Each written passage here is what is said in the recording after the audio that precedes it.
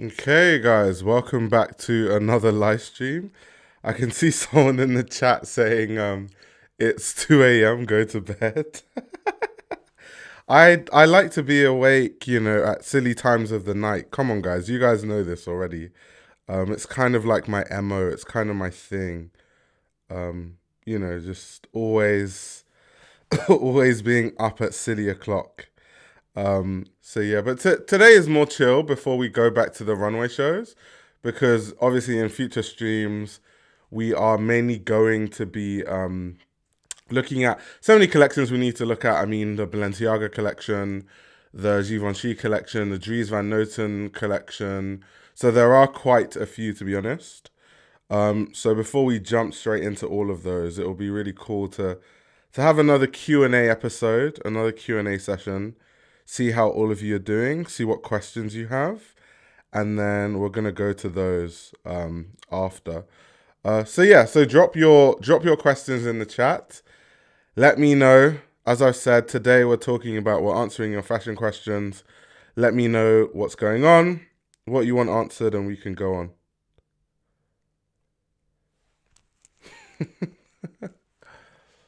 Oh my god. You guys are funny in the chat. It's like you have to stop smoking that Star Dog. I do not do drugs or anything of the sort. I don't know. I'm really efficient at night. I don't know why. I can't explain it. I just kind of am. I don't really know why that is. Did I like the Coperni show? So I haven't actually seen the Coperni show, to be honest, so I couldn't tell you. I have no idea. I haven't seen it. I haven't seen it at all. I don't know.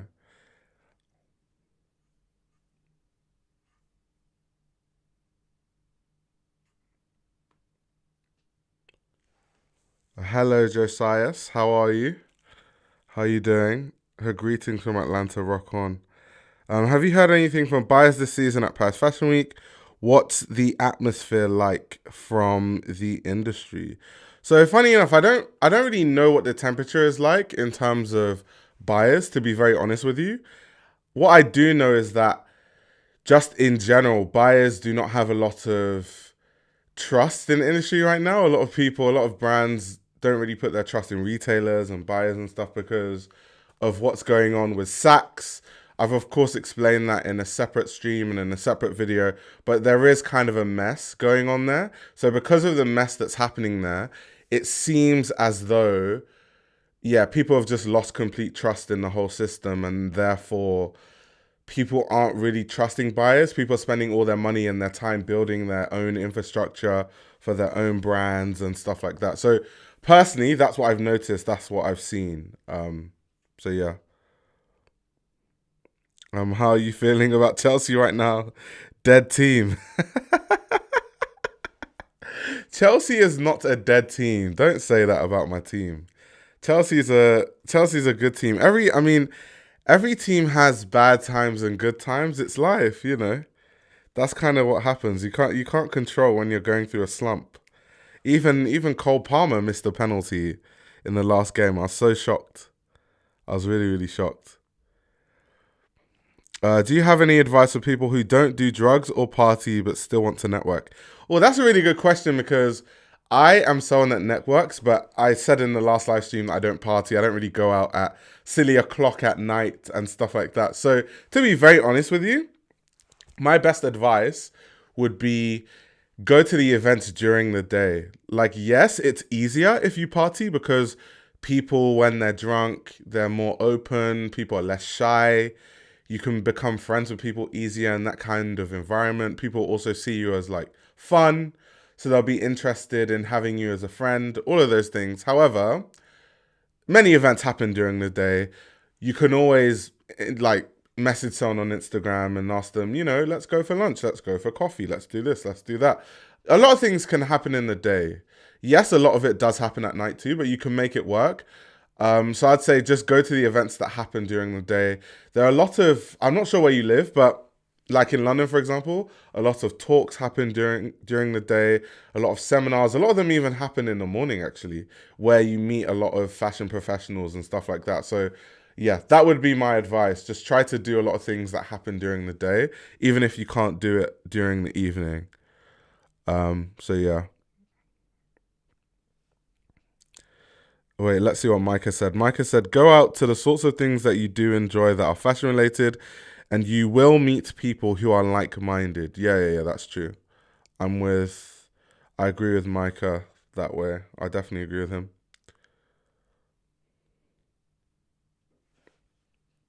Let's see what you guys are saying. I'm still trying to figure out my streaming software because now I'm using OBS finally. Because it gives me more like control over what happens in the streams. Um, but yeah, I'm still trying to figure the whole thing out, which is why I wanted to do a Q&A now so I can kind of like see what goes wrong and then fix it before the next stream. So yeah, but anyway, guys, hit me with the fashion questions. You guys are talking about football in the chat.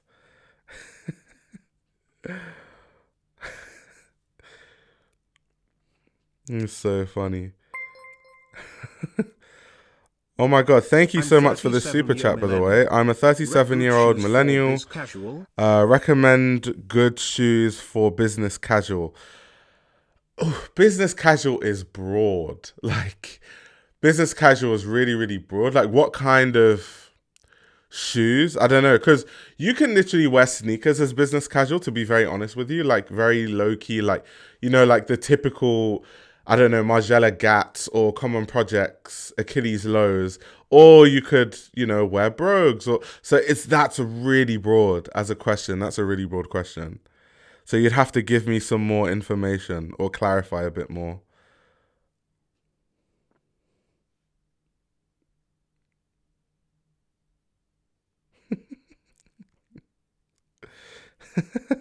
Micah said, text the chat is going to read it out to us. You don't need to read it anymore. Yeah, do you know what it is though? Do you know what it is? So for some reason, this is part of the stuff that I'm working out. I can't hear what's going on in the stream. For some reason, I can't hear the alerts.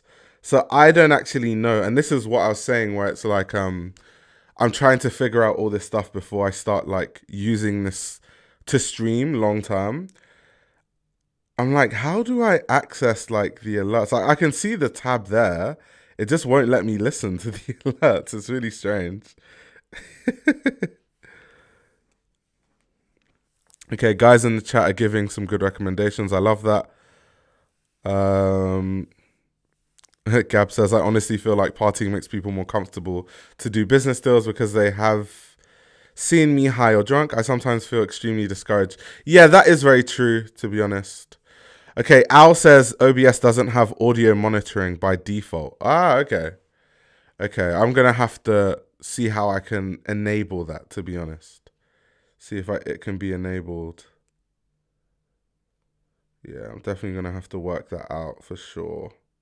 For sure.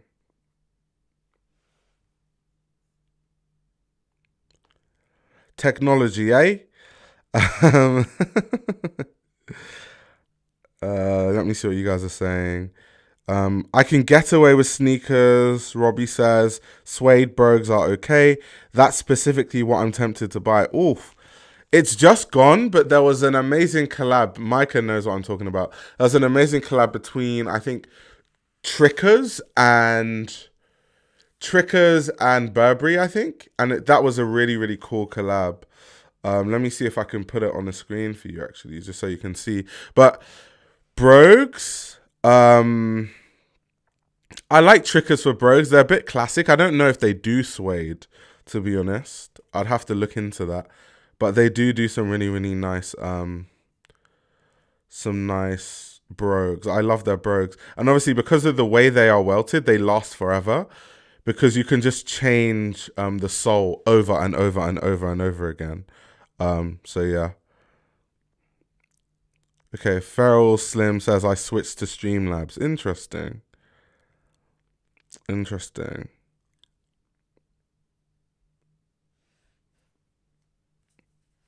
My John goes to CSM the weight. She networks is she buys me a 3.5 while she stays sober. And I do the talking. Yeah, this guy is wiling in the chat. This guy is wiling in the chat, like going absolutely crazy in the chat. Um, yeah. Anyway, these are the Burberry triggers I was talking about. It's a really cool collab. Actually, you guys can see them here. Where the ones that Micah has specifically are so cool. They're like green, really really cool. Let's see. So these are really cool. I like the style of them, and they're really like snazzy, but they're not suede though. So if you're looking for suede, I don't think you'll find that easily, to be very honest with you. So yeah, let me see what you guys are saying in the chat. Micah said I've never smoked. Oh my gosh. I mean, I've never smoked a cigarette, that's for sure, or like weed or any of that sort of stuff. Micah said, I'm going to share something with the stream. If you guys buy it, I'm never sharing it again. You need to be careful, Micah, because do you remember when we shared, what was it? The Nadine Gosson jewelry in the chat, and it sold out on Dover Street Market like immediately after. That was a crazy coincidence. That was actually an insane coincidence. Thoughts on Free People brand? I love their clothing, but I feel like they're just overpriced fast fashion.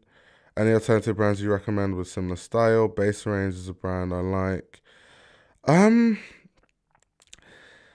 I am with you. I do kind of think it's kind of overpriced fast fashion, if I'm going to be very honest with you. Um, the base layer conversation is really complicated because it's like you kind of have to go with fast fashion for the most part, if unless you're willing to spend a lot of money. And obviously, I don't know anyone's financial situation, so I'm not going to be like buy this brand. But like a lot of people get their base layers from Uniqlo, still fast fashion. If you want to go up a step, you can go to like Arket or COS, which is still kind of like semi fast fashion, but not really. Um, but I think those are like good options for base layers. Um, I'm trying to think because I don't want it to be. I don't want to give recommendations that are like stupidly expensive. Um, Someone in the chat is saying United Colors of Benetton. I wonder what happened to that brand, by the way. Do you remember there was a time when they had like really, really amazing like campaigns and stuff, like really, really good campaigns. I don't know what happened to that. I really don't know, to be honest. I don't know what went on with that, to be honest. A bit odd. A bit strange, a bit strange, a bit strange.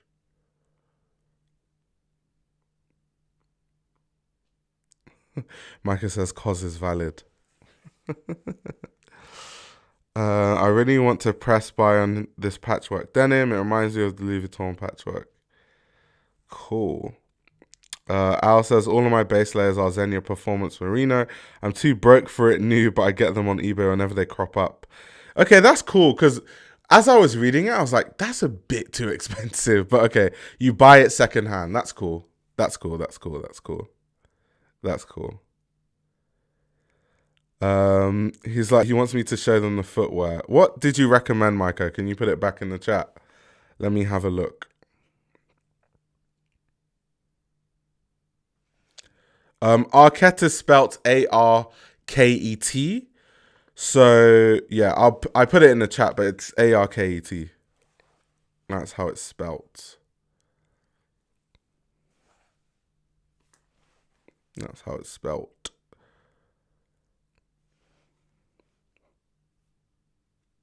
I'm just looking for what Micah said.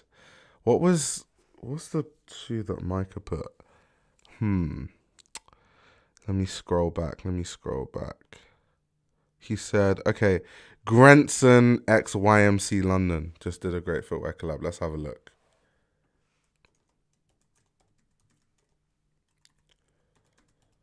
Now because I stream on OBS, I can't do the StreamYard thing where I keep it in a tab. So anytime I go on Google, I have to go into the camera angle first and then go back to to the Google angle just in case like something pops up, like my personal information or something that I'm not trying to disclose. So I need to be really careful with that.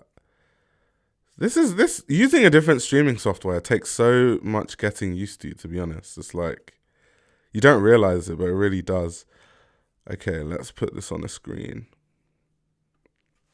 Micah, is this what you're talking about, by the way? These boots here.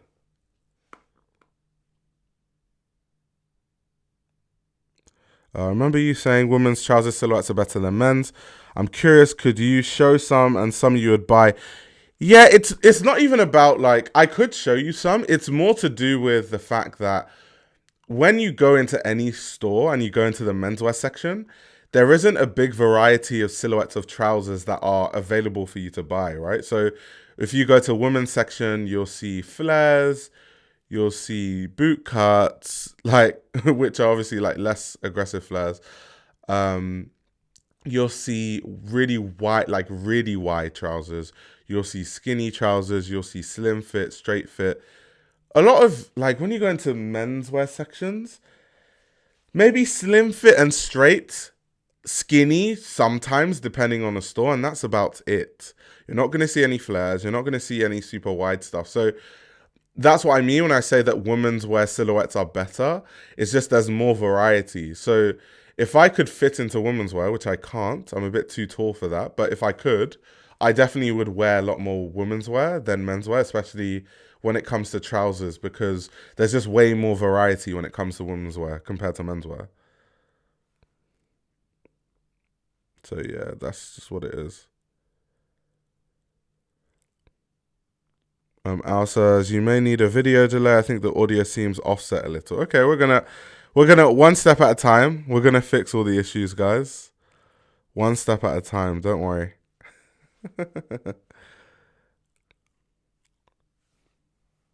Let's have a look at these boots that Micah was talking about. I feel like Micah, I've seen you talk about these boots. I can't remember where you saw them. But yeah. Yeah, if Micah wants to hop on the stream, so from the research I've done, he would have to well, the easiest way, there are like more complicated ways. The easiest way is for me to call him on like Zoom or something and then add his Zoom thing to the stream. But yeah.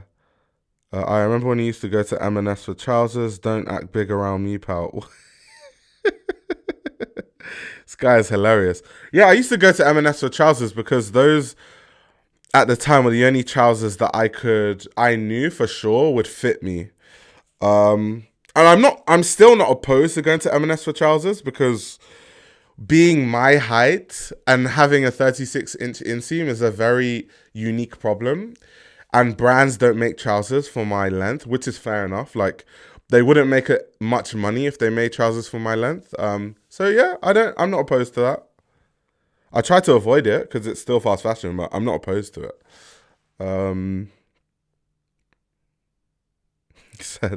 Alex said, I never sleep. Okay, Al says Discord is how I've seen everyone do collab streaming through OBS. Okay, that's cool. That's cool. Alex is asking, how have I enjoyed this season of Paris Fashion Week? I think it's been okay. I think we've seen a lot of underwhelming, runaway shows or collections, so to say. I think Tom Ford was really interesting. Of course, I've talked about that already.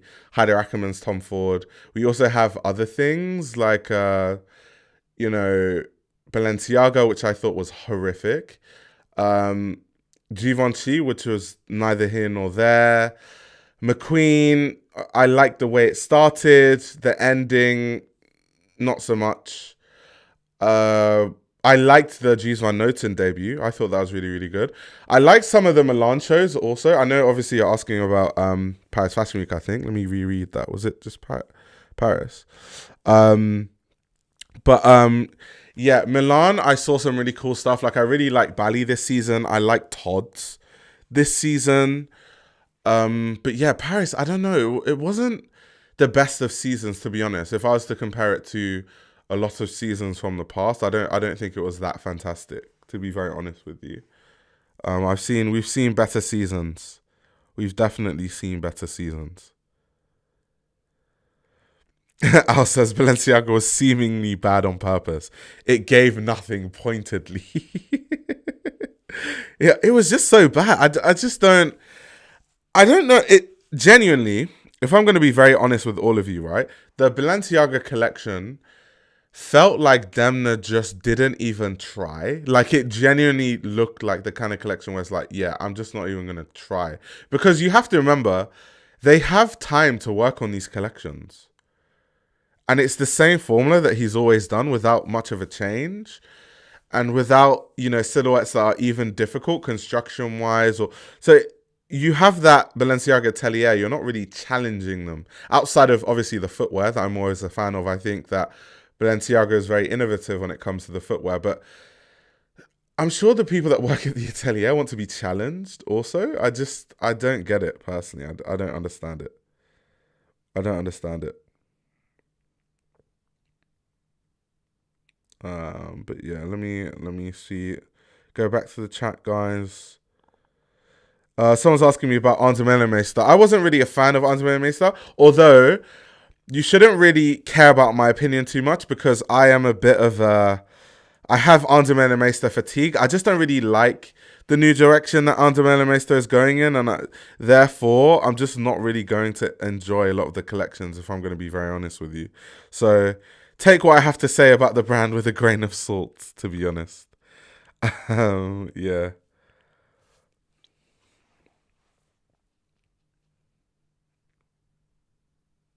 Andy bags have been solid.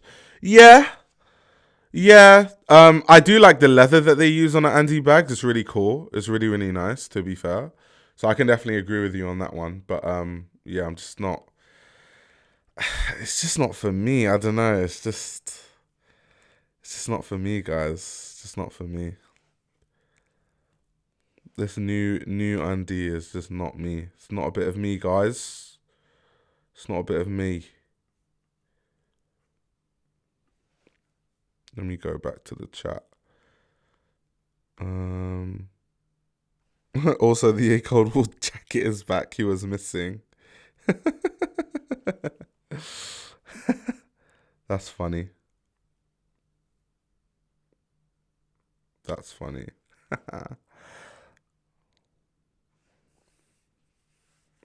What do you think of the archive fashion is racist debate going on right now because they shit on streetwear? Whoa, whoa, whoa, whoa, whoa, whoa, whoa, whoa. Is that a thing? Wait, guys, fill me in. People are having a discussion around like archive fashion being racist. Is that a thing?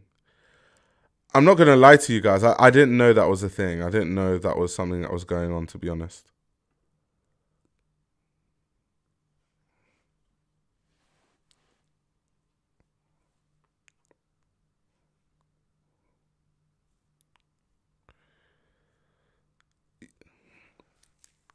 Yeah, I'm waiting for a response on that archive fashion is racist conversation. I've never heard of that, to be very honest.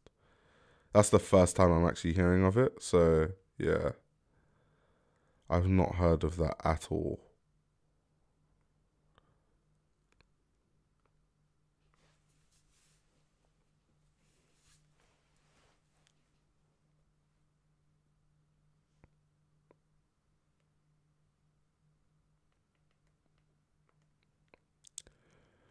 It was a discussion on TikTok. Interesting. I've not heard of that. Yeah, just getting flamed online. I'll try and find the vids to fill you in. Oh yeah, okay. Let me have a look on TikTok. I'm gonna search on TikTok. I've not heard of that at all. Interesting. Archive fashion is racist. I want to see what the. I'm not refuting it, by the way. I just want to see what they had to say. Like, I'm just curious to see what the talking points were. Let me see. Let's have a look on TikTok. Let's.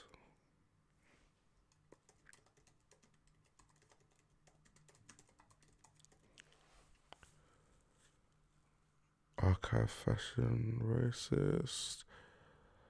1 second. Yeah, I can't find it, guys. I can't find the discussion. I can't find it. I can't find it.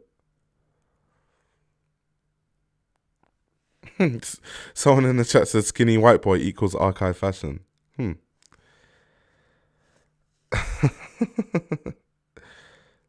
Hmm. Yeah, I'm gonna have to see these reels that you guys are talking about. Can someone send it to me on Instagram? Because you might not be able to post the links to the chat. I've done that for the safety of all the people in the chat right now. But can someone send me like a link on Instagram or something, and then we can react to it on the live? But yeah, I've never heard of that before, like archive fashion being racist. So I want to know what angle people are tackling that conversation from.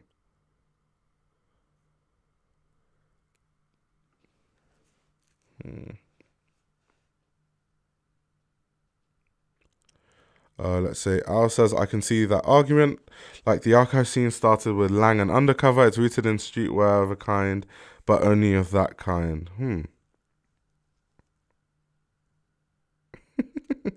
The chat is not sleeping.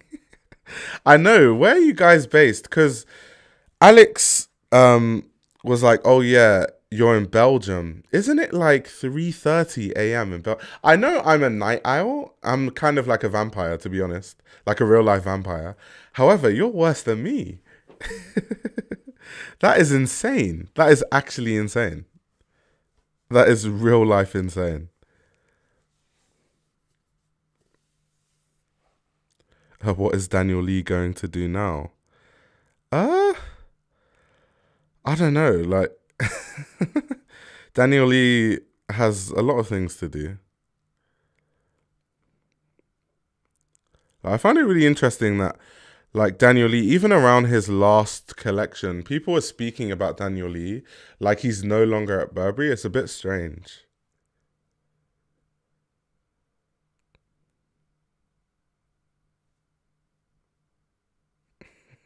I have insomnia at the moment. My sleep schedule is ghetto.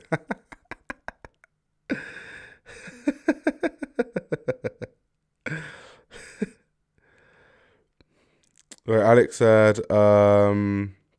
we met at Hellier and Mill. Oh, okay. I know exactly who you are. Oh yeah. Oh yeah. Oh yeah. Yeah. Oh yeah. Oh yeah. That's really cool. Welcome to the stream, by the way. Pretty much just say that even when people of color, especially black people, wear archive, it's just streetwear unless you're a tall, skinny white dude or skinny, tall Asian dude. Oh, okay. Okay, from that angle, I can definitely see what they're saying. I do. I mean, this is normal, right? This is a very like common issue in fashion where like, someone does like even designers, right? Like everything that Virgil did, people said it was streetwear, even when he's doing like really um like cool and well considered tailoring, or like Samuel Ross was literally doing ultra conceptual stuff, but because they're black, it's like streetwear brands.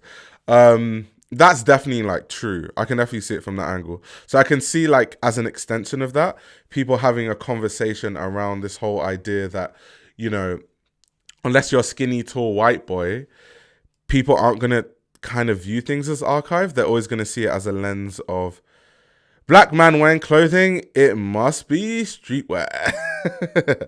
That's kind of the angle that people are going to. Oh, so, okay, from that viewpoint, from that perspective, I totally understand that, to be honest. That makes a lot of sense. That makes a lot of sense. Okay, someone sent me a TikTok link on Instagram, so I'm going to check this out now. Is it Adam? I'll show you guys the person's page so you can check them out. But they sent me I think their video actually about it. But yeah, let's put this on the screen, guys. Yeah, so this is the video. So let's have a look, and then let's see what my thoughts are after watching it. Ridiculous to say that. When it comes to the archive fashion community, it definitely feels that way a lot. And I'm gonna break it down for you why it really feels that way. The archive community, especially on social media, it's just a bunch of white and Asian teenage boys. They've somehow convinced themselves that they're better and more knowledgeable when it comes to fashion because they consume particular designers. Even though they're no different than any other overconsumer, especially the hypebeast era. Just like back then, they determine your value in fashion, whether or not your opinion is worth something, completely based on what you are wearing and what you have bought. They're also all teenagers. We know y'all can't afford that stuff. I see the Reddits. Y'all are buying fakes. But it seems like they don't like black people because there's no black people really in their community and they don't really interact with black people in real life. That's why every designer they sit here and put up on a pedestal just looks like them. They barely talk about any other black designers, maybe Shane Oliver, but that's very rare. That's why you can watch a video from one of these guys discrediting Virgil, but then a couple days later, they're praising Sean Stussy like that makes any sense. It's not that they're racist, it's not that they're anti-black, they literally just do not talk to black people. There aren't any black people really in their community, so they do not understand why people value these brands, these designers, these items. They just literally Okay, this do is not get it. okay. Based on that, that's kind of that's facts. That is facts, because same thing. He made a really good point in terms of, you know, these same people are the type of people that will like say Virgil is this or that, but talk about Sean Stussy, and like Sean Stussy will literally take something from Virgil, right? Um, or like this idea. It's kind of like what I was alluding to earlier, where it's like, you know, black person equals streetwear because, you know, black person wearing clothes, it must be streetwear. That sort of mentality, that is kind of rife. Part of the issue is that, yeah, once again, there aren't too many black people in like these communities.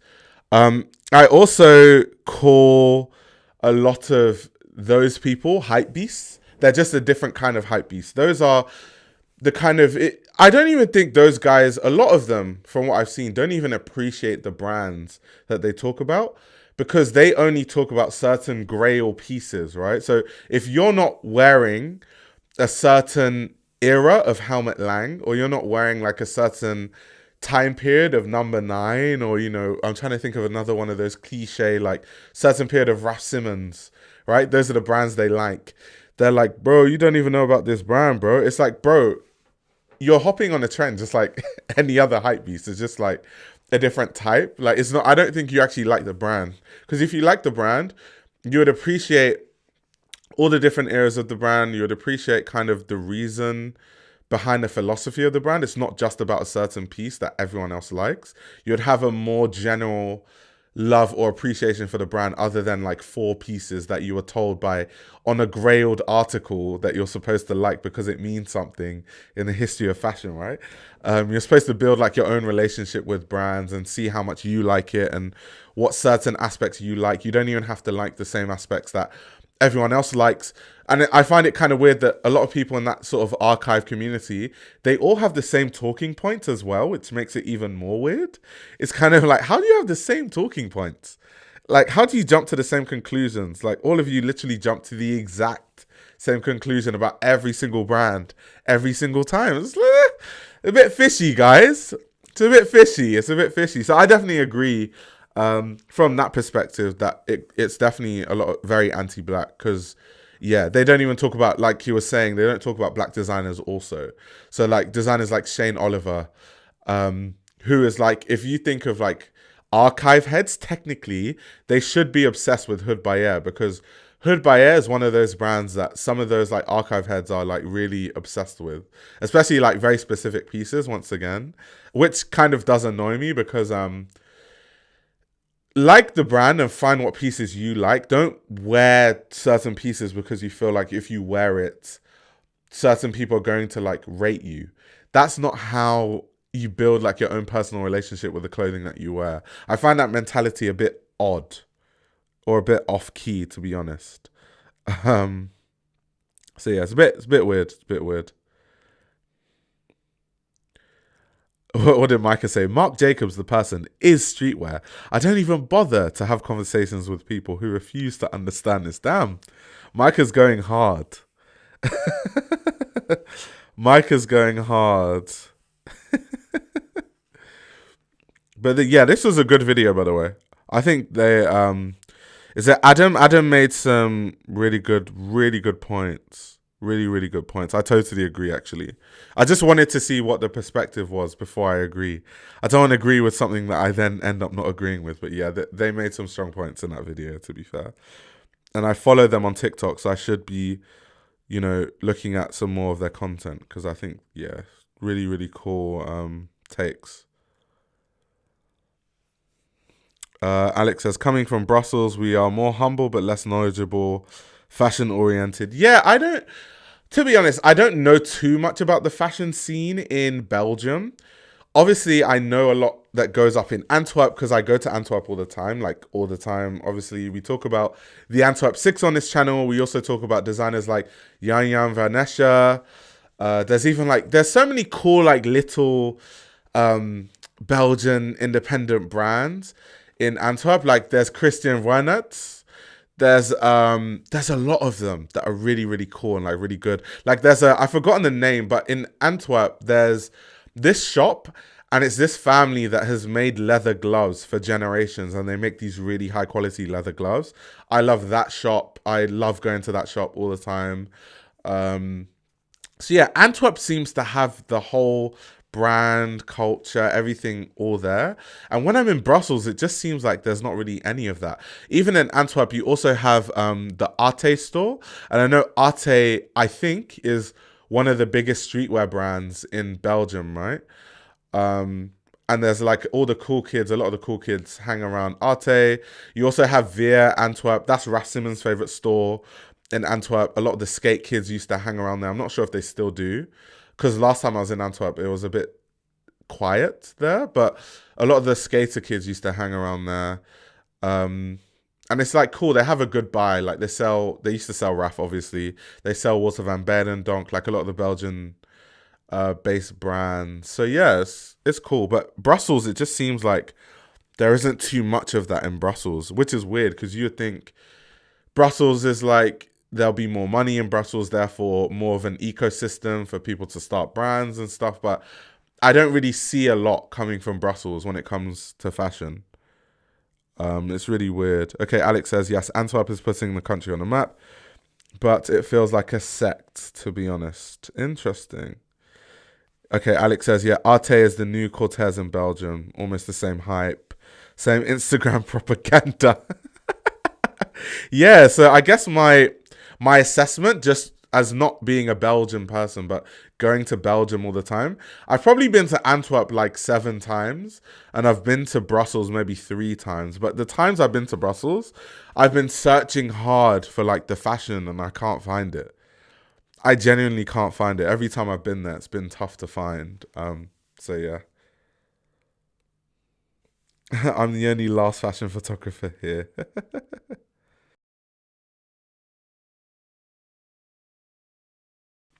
Had to have a nice little sneeze. But yeah, Instagram propaganda is really funny, by the way. That's hilarious. Hot take, blue baggy denim doesn't belong on an Anderlecht runway. Damn. You guys are going crazy with these hot takes. Let me get because I'm probably not going to review the Anderlecht collection, but let's put it on the screen and see. Let's have a look what we think about it. Just give me 1 second. Let me put it on the screen. Let's see what we think, guys.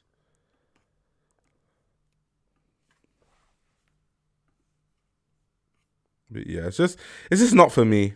This era of Andy is just, I've just accepted it's not for me. It is what it is. It's not my thing. It's not my thing at all. Rachel says, I once drove from Paris to Brussels just to eat mussels. Damn. That's some dedication to the cause. I love that. That's some serious dedication to the cause. Boa saying Andy might rival Balenciaga. That's that's an insane take, by the way. That is a wild take. That is insane. What? That's crazy, by the way. That is insane.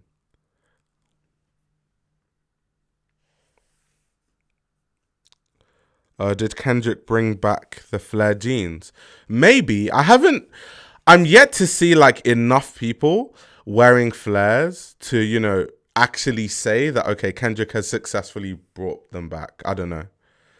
I think we're going to need to see a bit more first before we can jump to those kind of conclusions. Rachel said, I was disappointed by Saint Laurent. I haven't actually seen a Saint Laurent collection, but a few people in the Discord, I saw like a conversation that some people are having in the Discord, and yeah, a few people were saying that they weren't too impressed with that collection. So yeah. If Matteo Blasi put the pink bando that 2 Chainz used for his Pretty Girls Love Trap music album on his channel set for his first runaway, is that considered streetwear? I don't know. I don't have all the answers. Rachel says, love Prada, was impressed by Chloe. You know what? Let's boot up Vogue Runaway, because like I was saying, I was talking about some of the shows that I like this season. Let's boot it up. Let's have a look. Vogue Runaway. Okay. So Saint Laurent is what people are saying they were not happy about. I mean, this is just first thoughts, so I'm still gonna have to look into it.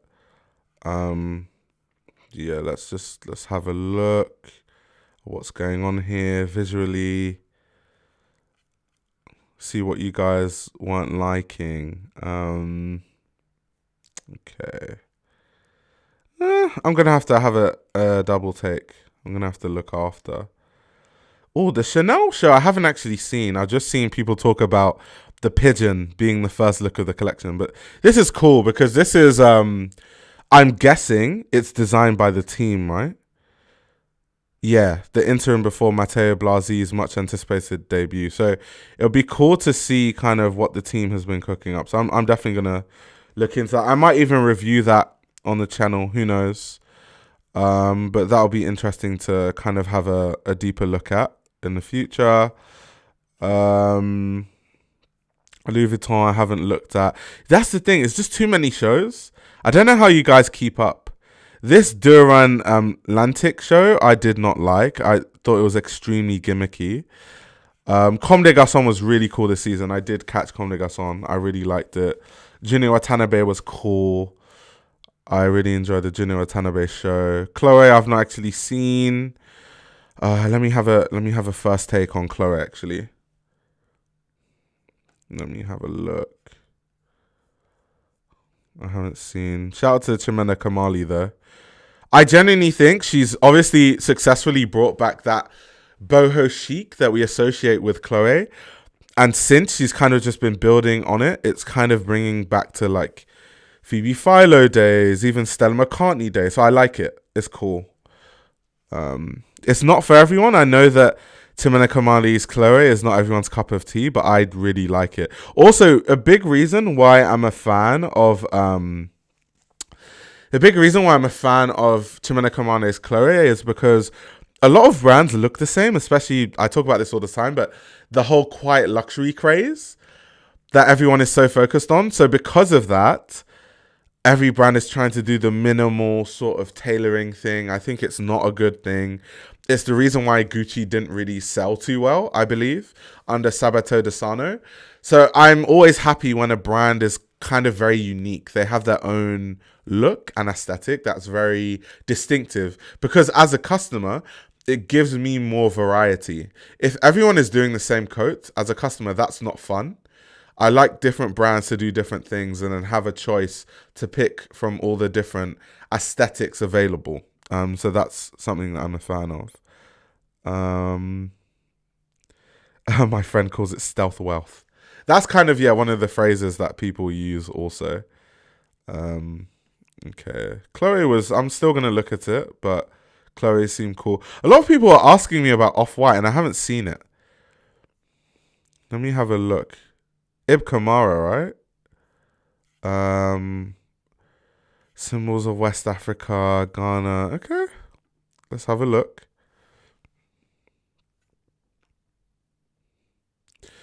Someone said Sabato wasn't a problem. He wasn't given enough time to create a narrative within the brand. If they gave him more time, he could have succeeded.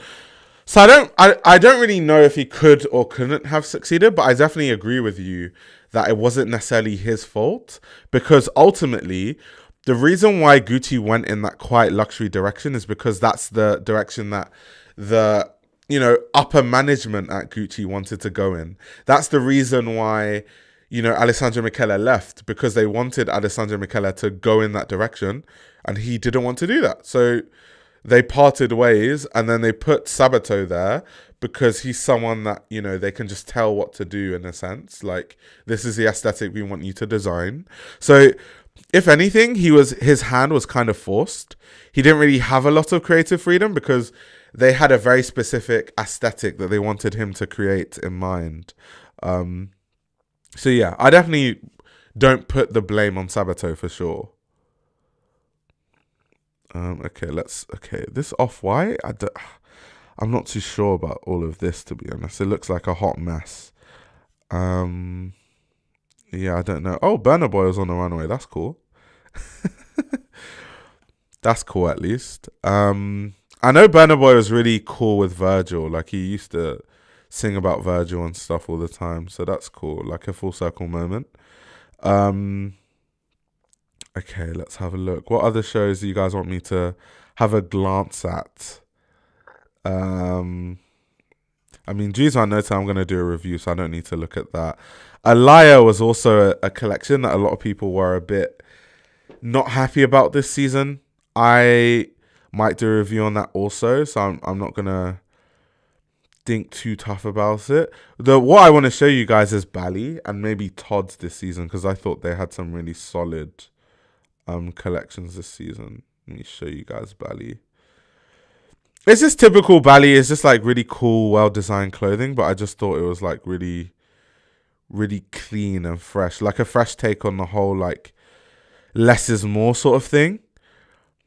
Yeah, so I really enjoyed it. I might even do a review on this collection too. I thought it was really cool. Let's see what you guys are saying. Let me catch up with the chat. Micah said, please leave a like if you're enjoying the stream. It'll help Fashion Roadman a lot. Yeah, that's the shout out to my bot. Begging you guys to like the stream. Shout out to my bot.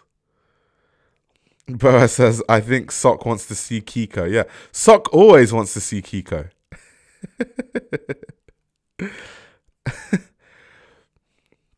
This back with the fur is also like a really cool detail. It's not for everyone. Yeah, just the elements.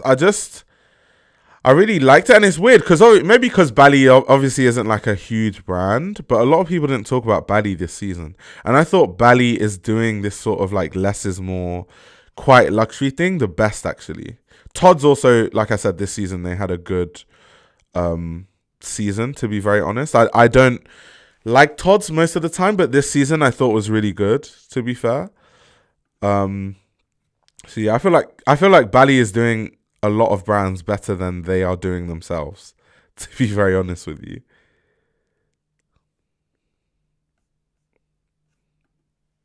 Yeah, Victor Blue said, it takes 3 seconds to like and subscribe. Thank you guys in the chat. Thank you for helping me and also helping the bot. I know it's a bit strange, but I think Daniel needs to take over a couture house. When you say Daniel, who do you mean? Because Daniel Roseberry obviously is at a couture house already. Do you mean Daniel Lee? Is that who you mean? Is that who you are referring to? But yeah. Anyway, guys, let me just speed through this Bali collection because I'm already going to review it anyway. So you guys are going to see way more of this imagery moving forward. Anyway, you're going to be inundated with all of these images, so you won't be able to get away from them anyway. Yeah, Simone Bellotti now at Jill Sander. I was gonna cover it, then I was just like, I'm kind of getting exhausted with all the musical chairs and all that. This designer went there and that designer went here. It's kind of a bit tiring at this point, which is why I didn't cover it. But yes, I did see the news, as I do see all the news. Let me even put my little my little news thing, because I have that news thing now. So you guys can see the news topics on the bottom there. I'm slowly trying to work out OBS. I'm getting there. I'm getting there. Slowly but surely. Slowly but surely. Someone also wanted me to do a news live because people wanted to know what my opinion is on the whole like Pretty Little Thing rebranding, which is going to be funny. So I might do like later on today, I might do like a news live stream, to be honest. Fernandez says, the reason I think Daniel Lee should take over Couture House because it will give him an opportunity to explore his skills. Yeah, I'm with you. I definitely think Daniel Lee is like a very good designer. I think the biggest issue with, his Burberry is just the team and the marketing and the pricing and all those things. But his skill has never really, been in question, to be very honest with you. So yeah. Ayo for president of fashion. Yeah, Boa says the layout is crazy. So the reason why I wanted to switch to OBS is because I want to add over time like really crazy graphics. Of course, I have like, if you guys do a stream donation now, I have text to speech, so it's going to read out the what is said in the chat and all that sort of stuff. But yeah, things I need to figure out before the next live stream so I can make it, proper is one, I need to actually be able to hear the alerts. I need to figure that out. So I've written that down in my notes. Also, are you guys getting like an audio delay? Because I think Al was saying earlier that there's a bit of an audio delay. So if there is, I need to figure that out. But once I figure all of that out, I'm going to make it like a proper show and then make sure that I stream daily. So it's going to be like a daily fashion show. But we'll get there, guys. We're working on it slowly but surely. I'm becoming like a fully fledged streamer. Let me see what guys are saying in the chat. Someone said Hermes was gorgeous. Okay, everyone is saying there's no delay. Okay, that's great. Perfect.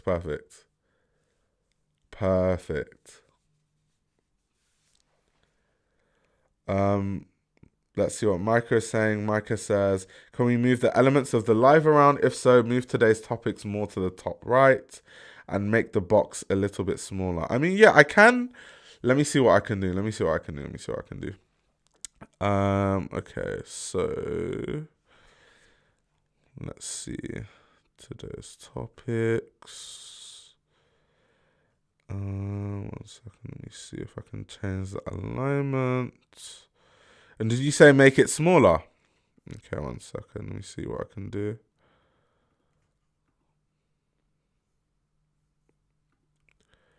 Okay, I can change it. I won't do it during the live just in case it like messes up my thing, but I can do that. So I'll bear that in mind for the next stream.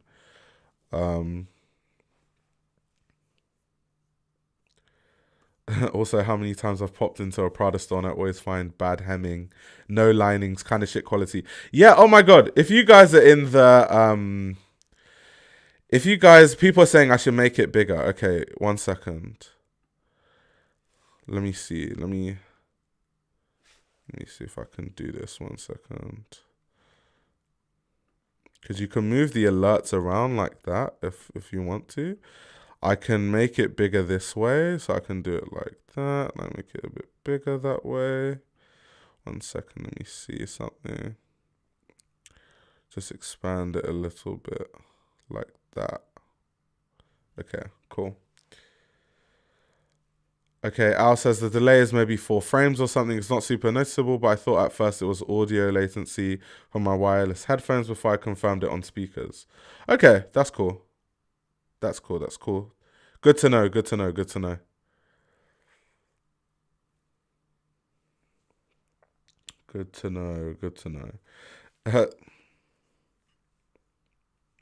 Micah's like, why do you guys want it bigger? Maybe because it's easier to read. I don't know. You guys tell me why you guys want it bigger. Rachel says I need to watch Balenciaga. Yeah, we can watch it, but I'm gonna do a review, and it's. I don't have a lot of good things to say. You know what? Let me make the Balenciaga live public so you guys can, put your notifications in, But yeah, I don't have a lot of good things to say if I'm going to be very honest with you guys. I genuinely think it's probably one of, if not, Demna's worst collections. I think between this collection and the Erewhon Hollywood collection, those are like joint two worst collections for sure that Demna has done at Balenciaga. Like definitely, definitely. The only thing I left from the Balenciaga show was the A-line coat gowns in different materials. Oh my god. But yeah, what I was going to say earlier actually was that if you guys are in a Patreon and you guys or a channel member and you guys tune into the Fashion Book Club, I've talked about how the quality of Prada has changed over years. So like Dana Thomas was talking about her experience with Prada trousers, right? So in the 90s, she would buy Prada trousers. It was amazing quality. In the 2000s, after a few wears, it ripped. So now we're 20 years removed from that. It's only going to get worse. It's only going to be like significantly worse, right? So yeah, the pacing of the Balenciaga show was bad. Yeah, the only real impression the Balenciaga show did was the vertigo the camera gave me.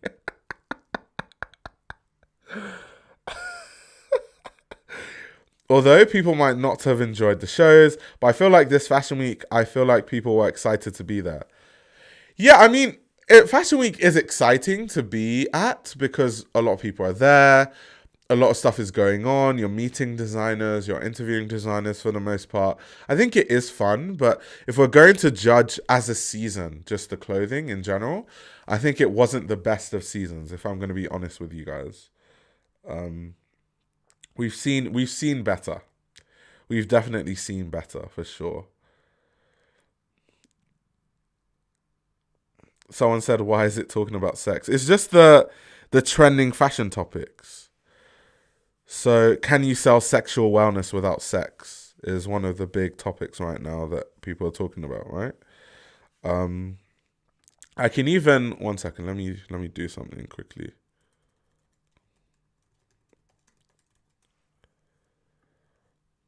Let me.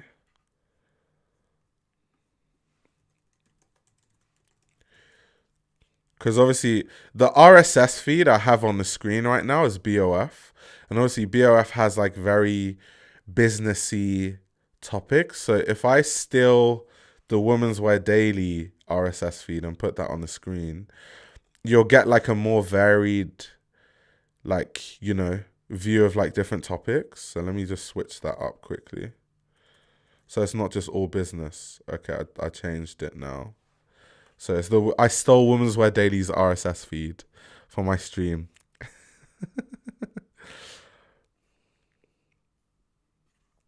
Micah said I'm gonna get my girlfriend a Miu Miu contract. Oh my gosh. I'm tired of this Puma agenda being shown on my face. Yeah, I know, right? I know. Like, we're here to see the clothes, not Disney on Ice. Yeah, someone is saying Women's Wear Daily would be more textbooky. Yeah, it's more varied. Let's see what we're seeing on the screen. Stitch Fix shares soar as the styling service ups its outlook, so that's more like fashion. Pamela Lopez retires from Nordstrom as brand PR director. And then we're getting Pierre Cardin for 2025, Moon Safari. Yeah, so I think this is more varied than the BOF one, actually. So we're going to stick with this for now. Unless you guys have better suggestions. What other RSS feed should I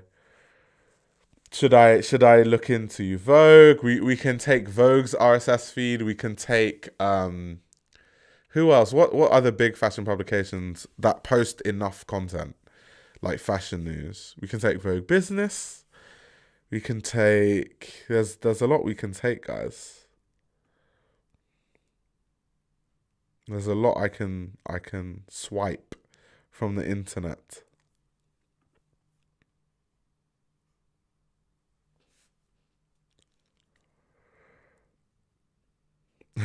Al says, please no Vogue. Yeah, the news ticker. So the reason why I have the news ticker, I'm just testing it now. I wanted to see what you guys think about it. It's because obviously I do the news segment, right, on stream. So when I do the news segment, it's gonna be like today's topics. You're gonna have the topics on the screen, and I'm gonna switch between the topics and all that sort of stuff. And then I'm gonna like work on the graphics a bit more. Um, and then it's all a work in progress, guys. We're gonna improve these streams together. Slowly but surely. Al is asking me, can I combine the feeds? Yeah, I can combine two feeds. I'm probably sure if I worked on the graphics even more, I could find a way to combine even more feeds. But yeah, for now, it's just two feeds that I can combine. I approve the ticker, gets people engaged. Yeah, what do you guys think about the ticker? I want to know what the general consensus is about my little news ticker on the screen. You could write your own ticker to advertise your streams. Yeah, I could do that, to be honest. I could. I could. Danielle says it's cute. Thank you very much, Danielle. Micah says Mr. Roadman is upping the production levels for us. I'm trying. You guys would notice we're now in a 2K resolution. Um, So it's no longer just the typical 1080p. We're now streaming in 2K. At least it should be. If it isn't, then that's something else that I need to work on. Do you have different scenes set up in OBS so you can share your screen? Oh yeah, of course. So like for example, if I want to, because people are talking about the Balenciaga show, so let's actually put that on the screen. Actually, let's do that. Let's see, Balenciaga. Put that on the screen. So yeah, so my scene so this is my camera and chrome scene. So yeah, I do have like different scenes set up.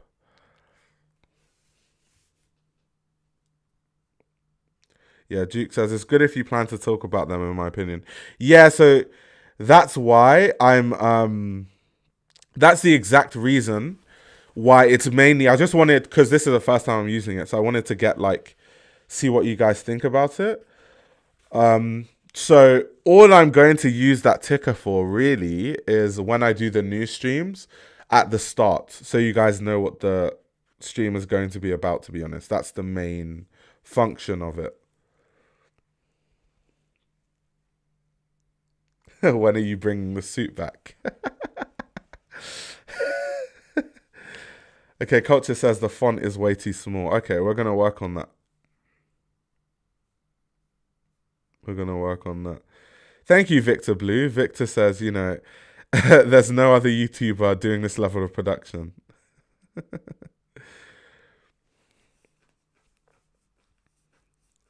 Yeah, I just, typical Demna gimmicks, a hoodie but a couture dress, a A-line dress,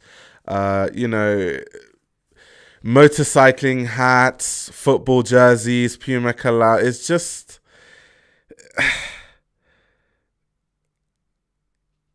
typical Demna gimmicks. Typical. Typical, typical, typical. Let's see what Bone Man says. I just think Demna's dystopian / satire take is a little too on the nose these days. It's lost this contrast. I agree. I totally agree. Like when you compare like the old Balenciaga collections to like newer ones, it's so night and day. It's actually quite like concerning. It's quite concerning. Also, I have the bot set up to put, because people always say that they can't find a Discord link. So the bot is going to be posting the Discord link in the chat occasionally. Not all the time, but occasionally. People say that Demna is anti-fashion. I feel like he's anti-fashion at this point. He's very anti-fashion. Do we expect Demna to keep innovating, or is it okay for a designer to have mere collections from time to time? So I think so. This is a conversation we always have, right? on these streams where it's like, can a designer have a design signature? And if they have a strong enough design signature, are they allowed to just do that and not really innovate? And I agree with that to an extent. Like, we have the likes of Yoji Yamamoto, Rick Owens. These are designers that have a signature that's quite obvious. You know you're going to get it every season. However, those designers aren't making gimmicks. Like, Demna puts like a motorcycle helmet on on someone's head. It's too gimmicky. It's not even about having a design signature. It's just like pure gimmicks, a lot of what he does. So I'm not going to give him enough credit and just say that's his signature, because it is just like very gimmicky. It's not like a certain silhouette of clothing or something, apart from like obviously the ultra wide silhouette that we associate with like the really boxy tailoring. And I think that's really cool for him to have as a silhouette, but that's not... I'm just not going to give Demna that much leeway. Because I think a lot of what he does is less to do with like having a cohesive signature, and it's just genuinely like just throwing gimmicks to the wind and seeing what sticks.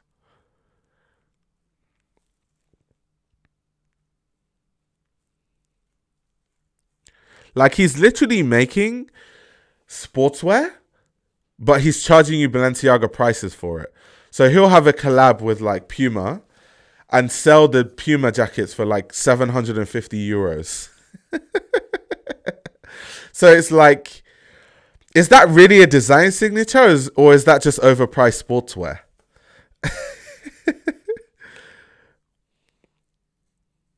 Like, even them wearing medals, and it's just... Demna's making clothes for popular Twitch streamers. That's crazy. That's actually insane. So, like, see what I mean, guys? Like, in terms of when it comes to Demna, because if you look at the silhouette of that hoodie, let's just run that back a bit. There is nothing different about the silhouette. That looks like a typical Puma tracksuit. It probably just has Balenciaga written on the hardware, on the zip somewhere, and on the label. And they're charging you 850 euros for it. So when we say, is a designer allowed to have like bad collections or whatever, but like, this could easily be on a Puma runway the same way it's on a Balenciaga runway. So once again, is it that it's Demna's design signature, or is this just lazy design? Like, is this just literally not doing any work and just slapping Balenciaga in the corner of an already designed Puma, tracksuit? So that's why I'm not willing to give Demna the leeway that I would give like a Rick Owens or a Yoji Yamamoto.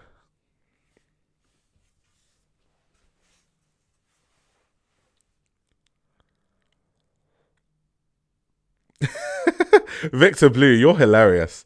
Victor Blue said, Demna saw what God did for Gymshark and said, bet, say no more. That is funny. Oh my gosh. And Fernando de Souza, I'm totally with you. If Haider Ackerman was the creative director of Balenciaga, he would have brought a sense of craftsmanship to the house. You know what it is? I'm not even opposed to Demna doing like sportswear, but make it interesting. And I genuinely believe, like, if you look at earlier Balenciaga collections, he did make the sportswear interesting. He did add, like interesting shape to the sportswear, but now it just seems like he's not even trying. He's genuinely just embroidering Balenciaga on already existing tracksuits. Like, he's not even trying anymore. Because, obviously, this kind of stuff is a Demna signature that I can get behind. So, like, stuff like this, right? Like, this is such a Demna, like, anti-fashion Demnaism, where it's like, okay, we're going to take a typical, couture silhouette. We're going to take a gown, but we're going to make it out of a towel fabric because I'm the designer that does anti-fashion, right? That is a very Demna thing to do. I actually like when he does that. I think it's kind of when he takes the context of something and changes it completely. That's actually when I'm a fan of his work. If I look at the earlier collections, like he would take like a Parker jacket, but make it a Balenciaga cocoon shape. I love that. Take a, I don't know, like a puffer jacket, which represents the fashion of the time, but put those couture shapes on it. This kind of stuff I'm actually a fan of because I like when he does that. But the whole like tracksuit that looks like it could literally be in TK Maxx, this stuff here is just like lazy, if I'm going to be honest. There's no other way to describe that stuff than just lazy.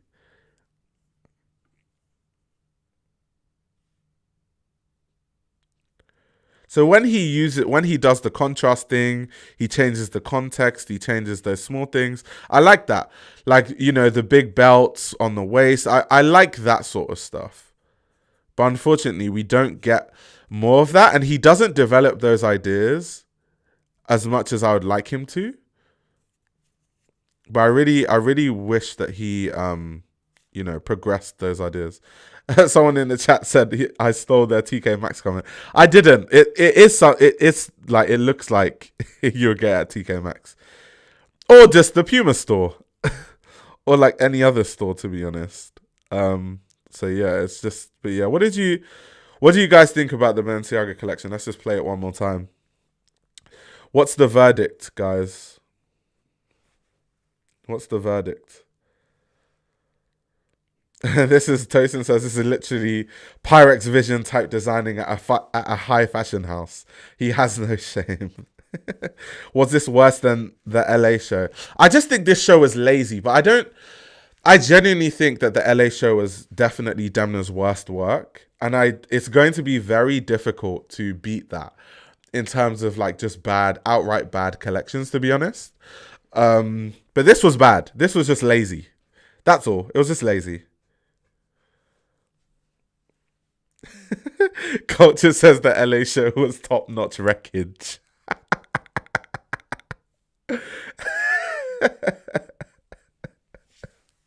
Also, what's this whole thing with Balenciaga trying to figure out how many sportswear companies they can collab with every season?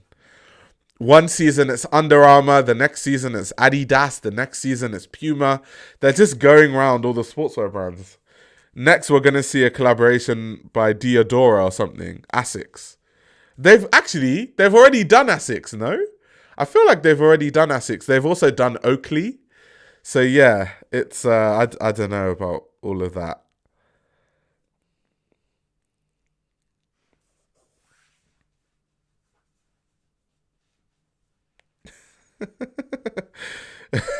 Someone said chop in the chat. I definitely agree with that. It's a clear chop.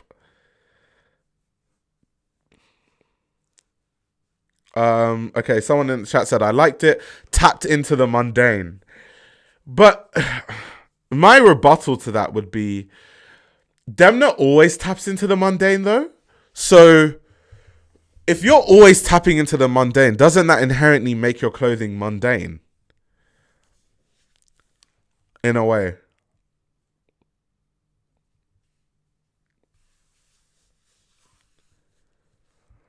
Only millionaires and billionaires are buying these clothes anymore. It's gotten ridiculous. Not really. I see a lot of someone alluded to it in the chat.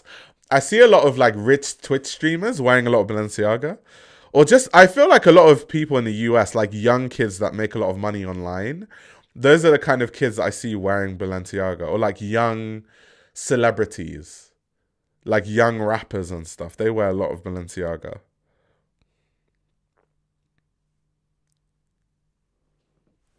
The brand club signal there for the common person, but the price point says, I know you're lying. Oh my gosh. Jeez. See, that was cool. The thing about Demna collections, even when I don't like it, there's cool stuff there. So this sort of like, sculptural shaped puffer where you've even got the shape of the breastplate there, and that's cool. This is the kind of puffer jacket I would expect a liar to make, not Balenciaga. But that being said, it's cool. I do like it. But the problem is, instead of expanding on like more interesting ideas like this, he makes like these flipping like even the hoodie gown. I'm not mad at that either. It's just like Balenciaga couture shapes, but in the context of what we wear in the modern day, which is a hoodie. I'm not mad at that, but it's then mix it with this trashy ass like Puma sportswear, these horrible crop top. It's just, I don't know, man. It's clearly not for me. Horrible muscle tee. Terrible. Terrible.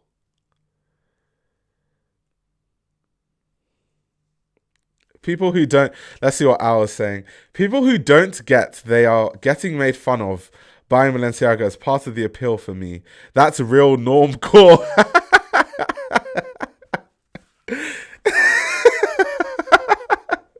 That's crazy. They're kind of part of the social experiment. ADF says he is communicating absolutely nothing at this point. Yeah, I'm with you.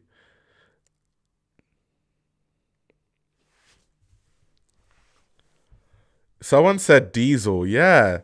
A lot of this stuff could be on a diesel runway. That's facts. That's actually facts. That's actually facts. I do want to see the footwear though, because Balenciaga always does ultra interesting footwear. So that's something I will give to them. I know every season, if nothing is interesting, if the clothing isn't interesting, we at least know we're going to get some stellar footwear. So let's see, because normally they focus on the footwear on their Instagram page. So I'm curious to see if they've, given us some insight into the footwear. Is it just like the looks that they've put on the screen? Okay, it's just the looks.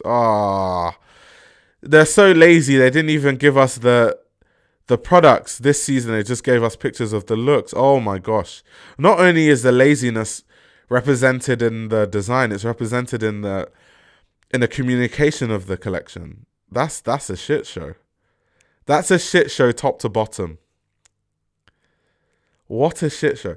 Let's go on their website. Sometimes they have it on their website. This is, now I'm really clutching at pearls here. Let's see. Let's see. Okay, discover more. Come on. I believe in you, Balenciaga. I believe in you.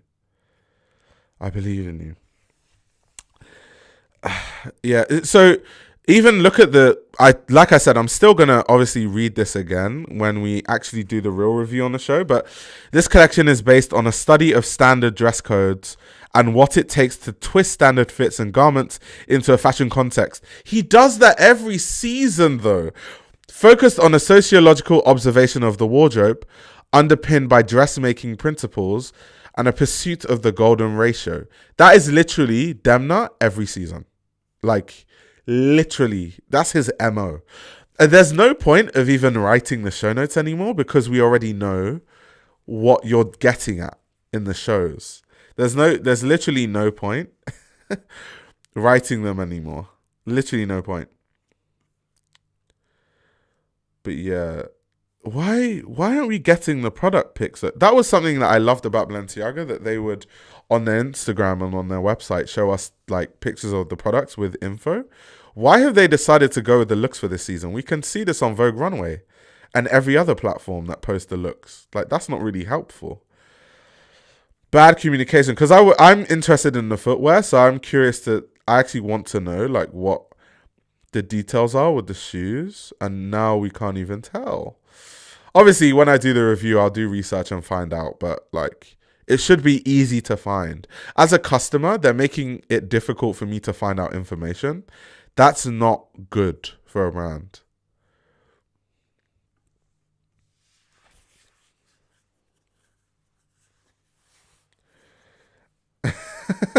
Joseph said, a sociological exploration of a wardrobe. Yeah, sure. They ask the staff every season to write the same idea in different writing/language.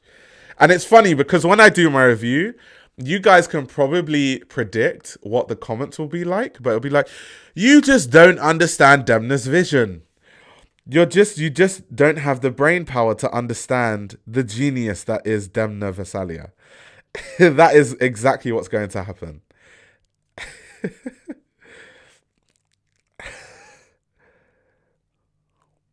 Sock 2 says my face when O underscore O has product photos. Okay. Let's have a look. Let's have a look. I'm gonna put that on the screen. Let's have a look. Isn't that crazy though that Balenciaga's not posting it, so we have to go on different pages. Okay, so let's have a look, guys.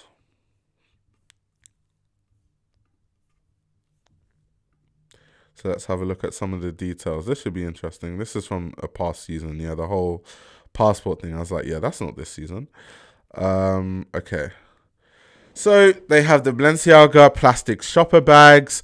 Once again, typical Balenciaga gimmicks. Although, even though this is a gimmick, right? I'm not mad at it. Once again, I actually like this stuff that Demna does. This is stuff that I'm a fan of. Once again, taking like modern day stuff and making it luxury, changing the context. So you're taking like these like market bags, typical bags that you would, use when you buy food from the market or you go to your local butchers or whatever, and making it like an actual like fashion thing that you have to spend a lot of money to buy. Obviously, the people that buy it are suckers, but I do like the idea. I think it's fun when he does that. Okay, we have a Puma Balenciaga version of that. So here we go. Yeah, the plastic shopper bags. Let's see. So once again, this is Demna. What he usually does, it's kind of like asking the question, what does luxury mean in the modern day? Like, what can a hoodie be luxury? That sort of thing. And so now, not only has he done this, conceptually, he's actually just plastered luxury on a hoodie. So we know exactly what he's talking about. Neither here nor there. I just think it's too on the nose. I think there are more intelligent ways to ask that question.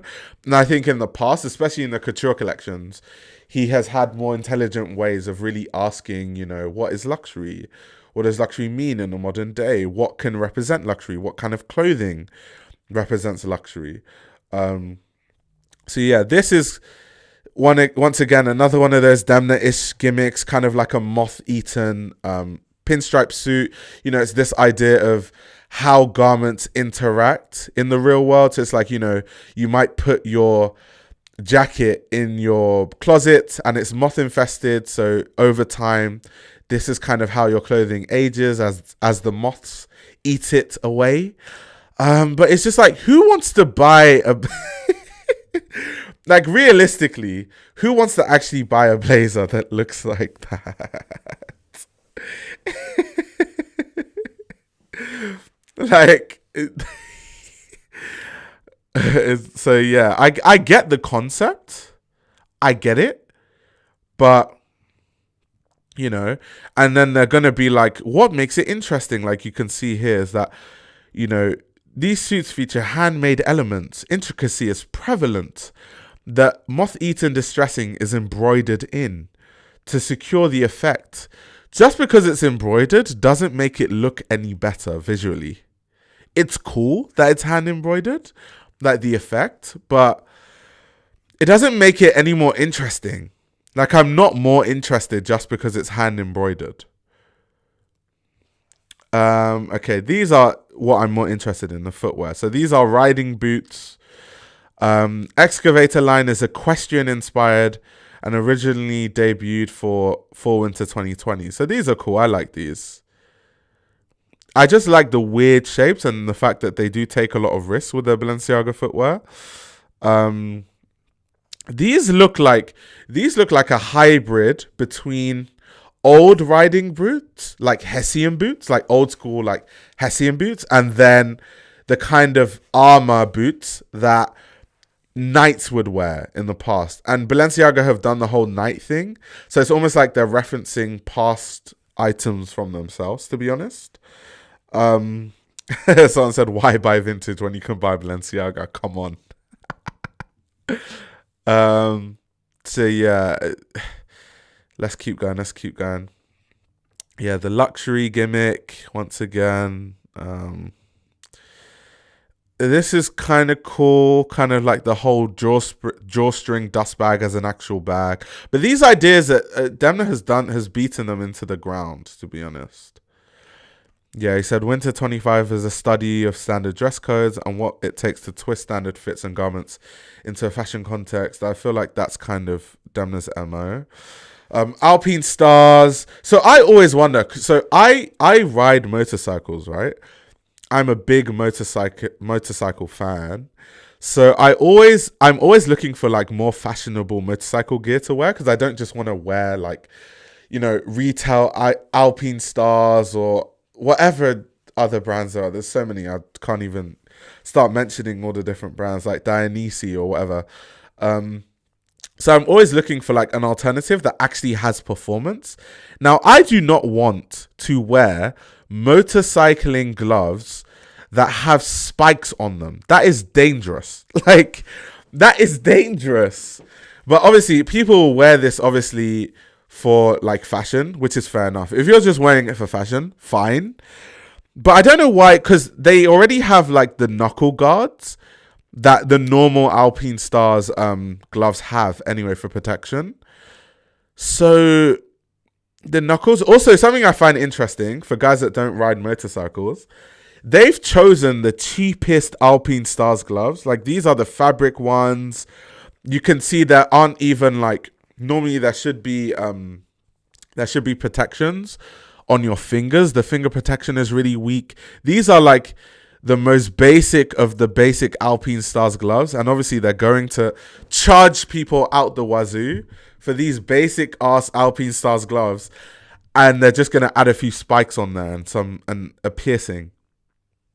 Nah, I don't, because I do want cool motorcycling gear, and I do like it when brands collaborate with Alpine Star. Well, Alpine Star seems to be the brand that everyone collaborates with. I know Helliot and Mill had a collaboration with them too. But it's just like, I'm not, as a motorcyclist, I'm not wearing gloves with like different piercings and spikes all over it. And it's distressed. That beats the point of it. It's just so silly.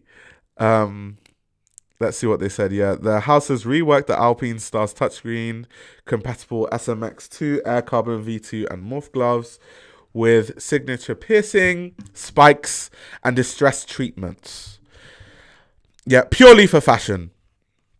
I really wish that brands would make stuff that's for fashion, but you can wear it practically too. Because it means that you can wear it you can use it more, like it has more use cases. Yeah, these muscle tees, bro, what a waste of fabric. What a waste of fabric.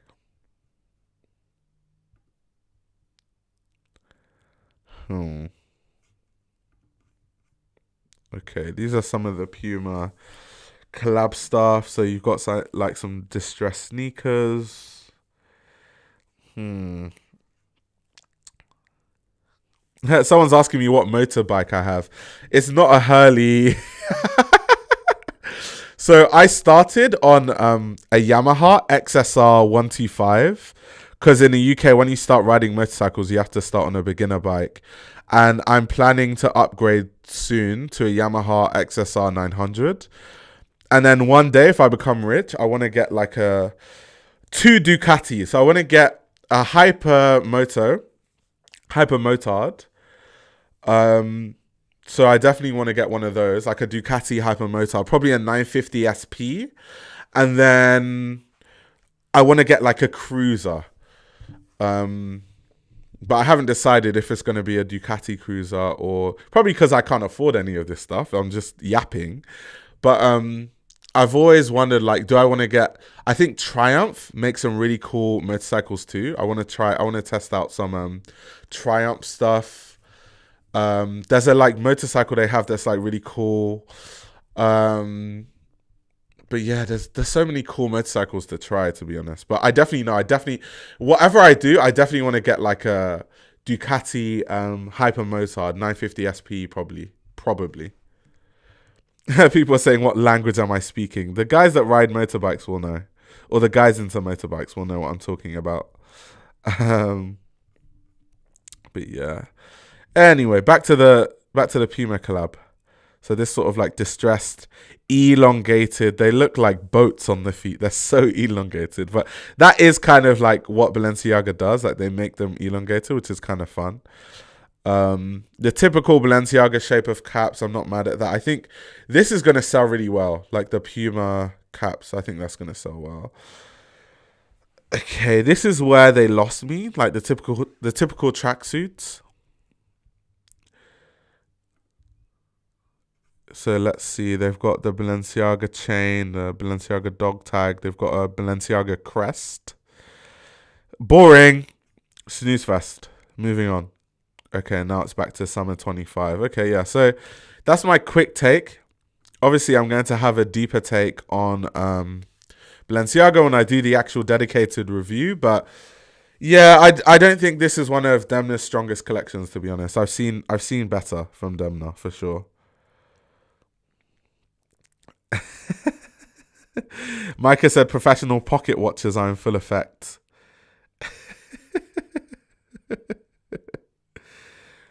Joseph says, weirdly, as much as I wish he would explore more, I feel like Nicolas Ghesquière at Louis Vuitton has also gotten stuck in a rut. Demna should go to Vuitton and give Nicolas Ghesquière Balenciaga back in my fashion dreams.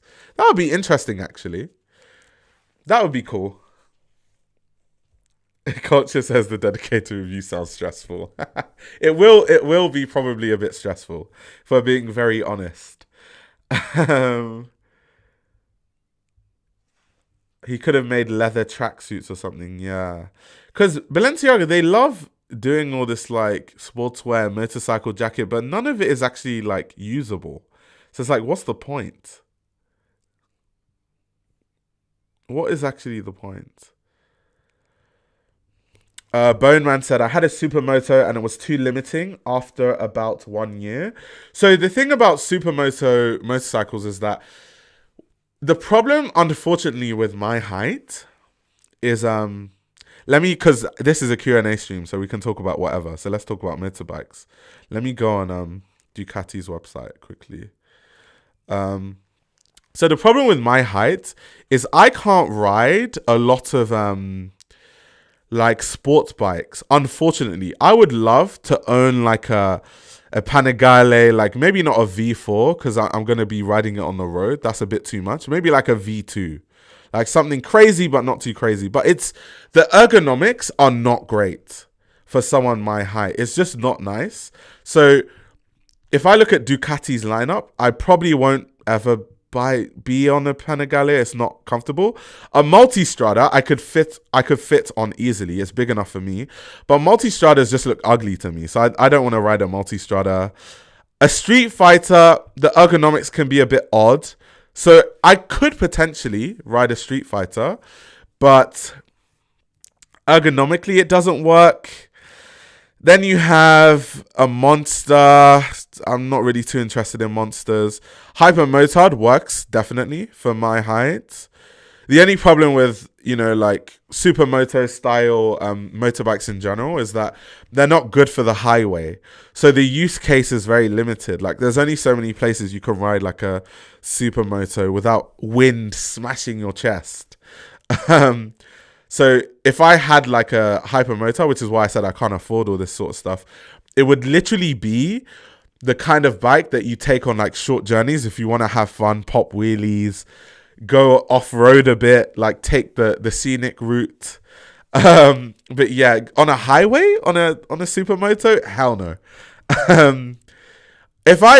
This is my favorite of the Ducati line. This is what I think is the most suitable for someone like me, the Diavel. Because the Diavel is a cruiser, and the X Diavel, I believe, is the pegs are in front, and the normal Diavel, the pegs are like just like in the normal position. So the X Diavel is literally perfect for someone like me. but there's so many options when it comes to cruisers and stuff like that. So the Avil isn't like a be all end all, but the hyper motard is definitely one day when I become a bigger consultant in fashion. You know, we're gonna pop some wheelies on a hyper motard. We're gonna pop some wheelies. Jari said I was into cafe races for a while, but me being 6'4" killed that. Yeah, it's just not nice. To be fair, I will say, let me show you guys, because people don't know I'm into so many things. So I'll give you guys some motorbike lore. So Yamaha recently released this motorbike, right? It's called the Yamaha R9, right? This motorbike here. So the thing about the Yamaha R9 is, even though the ergonomics of like motorbikes aren't, especially sports bikes, aren't the best for someone my height, they've kind of made it, if you want to ride a sport bike, an R9 is probably more suitable than many other bikes. So I want to test it because I already like ride Yamahas. So I'm going to go into the dealership and like just see what the ergonomics are like and see if I can actually fit on it. Because if I can, I might not get the XSR 900. I might get the R9 instead. But I haven't decided yet. I haven't decided.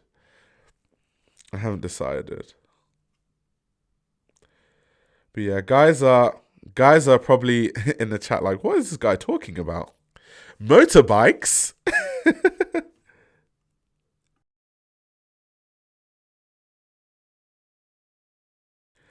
The culture says, I love to be on motorcycles when I'm fantasizing, but not so much in reality, unless we can clear the road of everyone else. So do you know what it is about motorbikes, right? Motorbikes are dangerous, but I feel like the people that ride motorbikes make them like a million times more dangerous. Like there's a YouTube channel I'm subscribed to, and all he does is just like react to motorcycle accidents and kind of talks about like what they could have done differently, how they could have avoided the accident and stuff like that. And when you watch that channel, you're like, these guys don't care about their life. Like, they go at crazy speeds, way past the speed limit. And it's like, bro, if you had to brake, you're going flying. Like, it's not a car. Like, if the only way to brake fast is to use your front brake. And if you use your front brake hard, you're going flying. Because the best way to brake is to apply your rear brake slowly, progressively, and you slow down that way. And then you only really use your front brake as a last resort. But when you need to brake or you panic last minute, you just like slam on the brakes and you go flying and you smash into a car and break your bones. Also, a lot of motorcyclists don't wear like the right protective gear. So like if I was to show you my helmet, like my motorcycle helmet has the highest rating, like safety rating, the latest safety rating. I have like my motorcycle jacket, all my motorcycling gear has like elbow pads, back pads, chest armor. Like I don't play with that stuff. I have like slide jeans. So if I fall off the motorbike and I slide on the ground, it's not gonna rip and my legs are not gonna mix with the gravel on the road. So I think it's more motorcyclists just being dumb. Like they don't wear like motorcycling jeans, they wear normal jeans, then they fall off their motorcycles and they need like a skin graft. So a lot of the accidents are very avoidable, and a lot of them it's because people don't wear the right gear. Do you know how many Harley Davidson people that don't, like riders that don't wear real helmets? Like they wear those stupid ass helmets that just covers your head, and it's like, bro, if you fell off your motorbike, you would smash your jaw. Like, especially if you're going at speed and a car crashed into you and you fell off, you would break your jaw wearing a helmet like that. Like, wear a full face helmet. I don't know what it is. I don't know what it is about like motorcyclists. They just don't like their safety. It's like because I feel like you already have to be kind of a bit messed up in the head to like motorcycling. I like it because it's fun.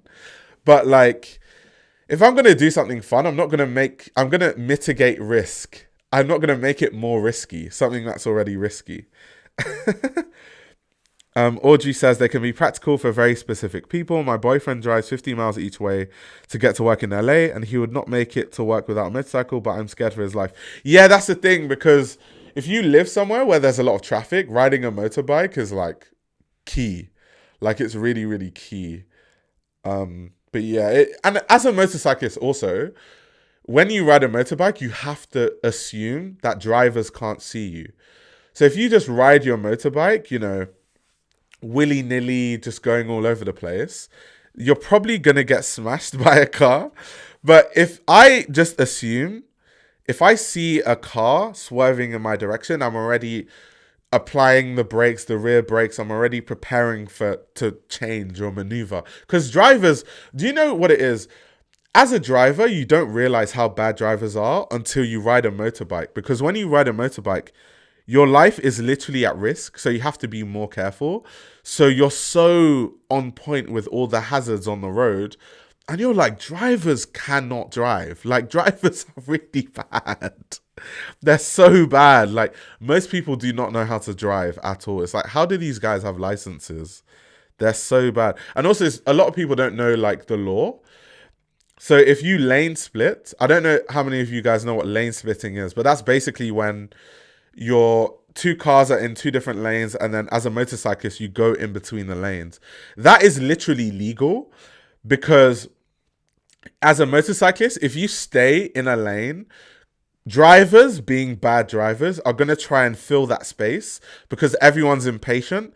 And if they try and fill the space and they hit you, as a motorcyclist, you're the person that is at risk. So legally, you're supposed to, as a motorcyclist, go between lanes to mitigate that risk.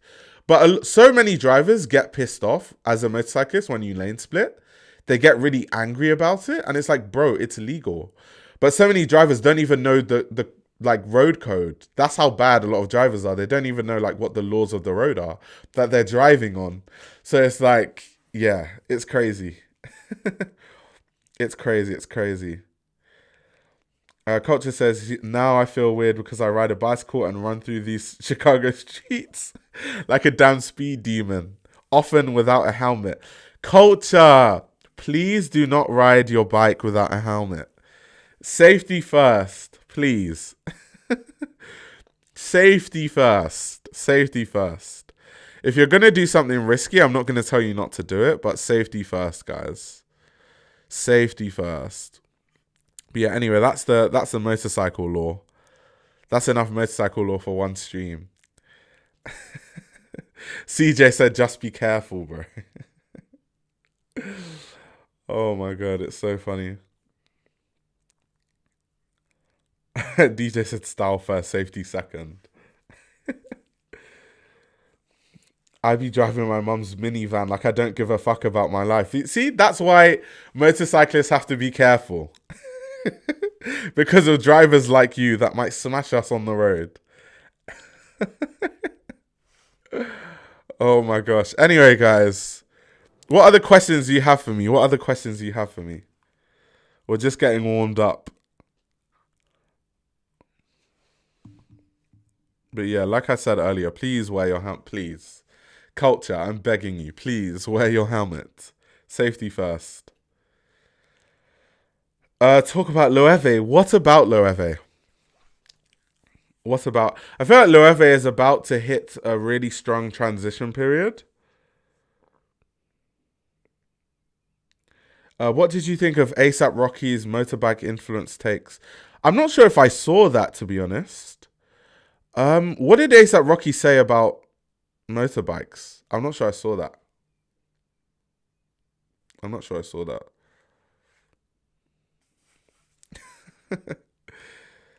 You travel a lot. What are your key items for your capsule wardrobe?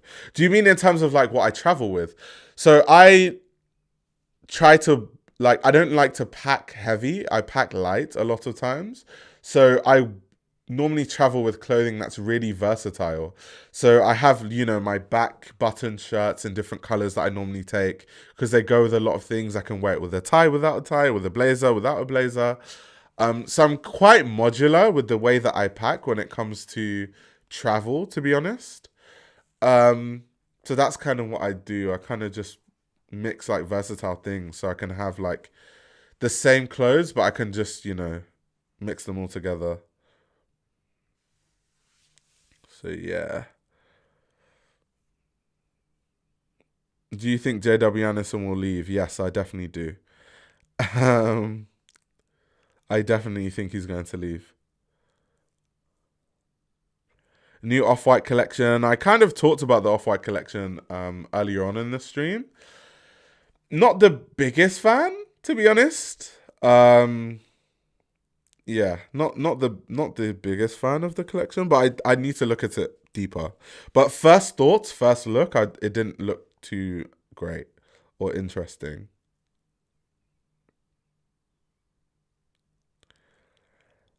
So nobody gives a fuck about Lacroix's brand being bought recently. Doesn't mean anything. I guess we don't know until we see what they're actually doing with it, because Christian Lacroix's brand has been asleep for Lord knows how long. So we just have to see what they're going to do with it first. But it's just another one of those brands that they're going to try and like try their best to revive. But if it's going to work, we don't know. It's kind of similar to like Courrèges is a brand I think is really good. And it's a brand that they've tried to, bring back a few times. I think this iteration of trying to bring it back has been quite successful. I'm a big fan of like new school Courrèges, but it's not big. Like it's not. I haven't seen any cultural moments that Courrèges has been involved in. Right, so it's kind of. I feel like it's if it does do well, it's going to just be in that pocket of fashion.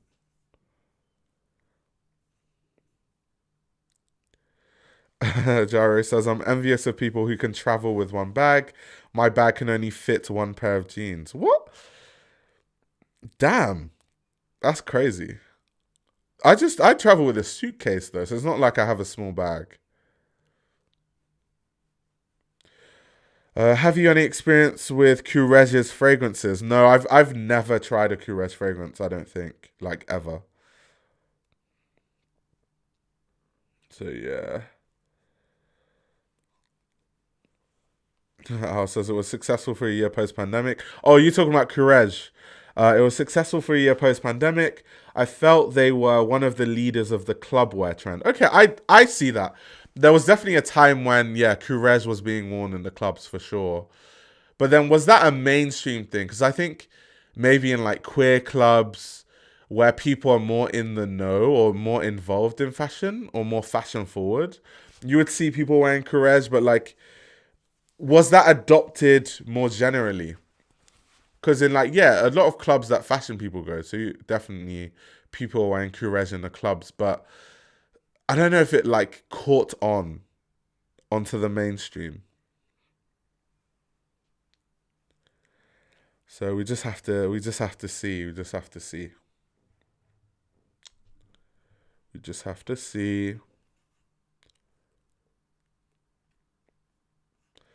Come on, guys, hit me with a few more of the fashion questions. Of course, this is, like I said, guys, a test stream. I just wanted to test all the different features and fix everything that, goes wrong before the next stream. But yeah, it's been fun. But let me see if there's any more questions that you guys have. Let's see.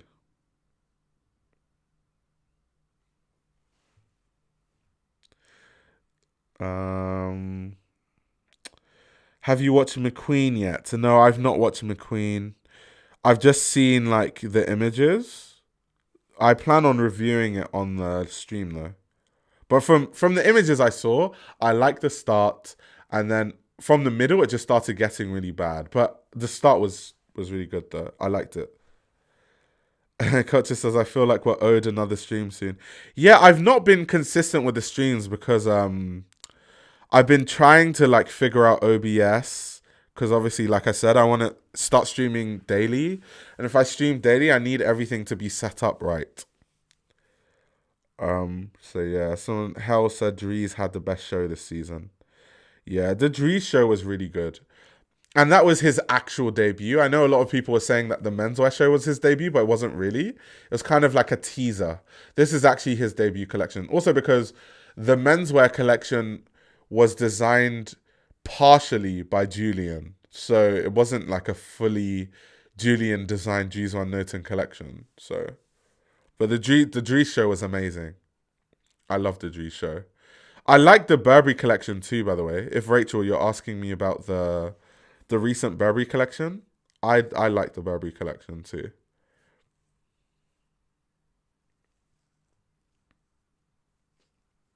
The culture said, "Yeah, I feel like we're owed another stream. How often would you guys want me to stream? Would you guys want me to stream twice a day, once a week? Like, what would you guys prefer?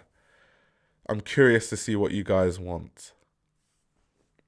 I'm a man of my audience. Can you pull up the Burberry collection? Okay, we can look at the runway show quickly while we're navigating through these questions. Let me put it on the screen quickly.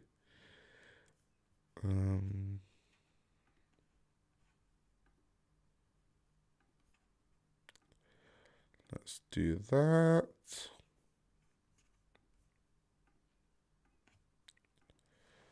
Okay.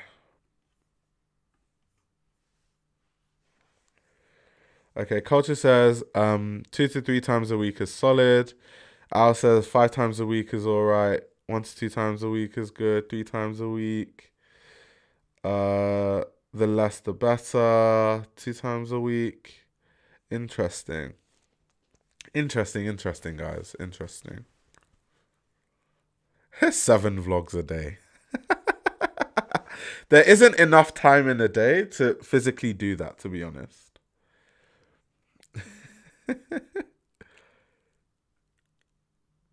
My plan is to try and do it daily, see if it's sustainable, and then, think about what else I can do after that, after figuring out if that's sustainable.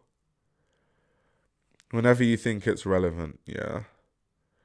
Like during Fashion Week season, I can do it daily. Outside of Fashion Week season, probably not. Because unless the news cycle is just going crazy. So yeah, 24-hour streams. I'm not a Twitch streamer. That's what Twitch streamers do. They just sit on stream and just bombard people with 24-hour streams. There's literally when you see the likes of Kai Cenat, you literally see him sleeping and stuff. It's insane. It's actually insane. Let me just quickly this the stream.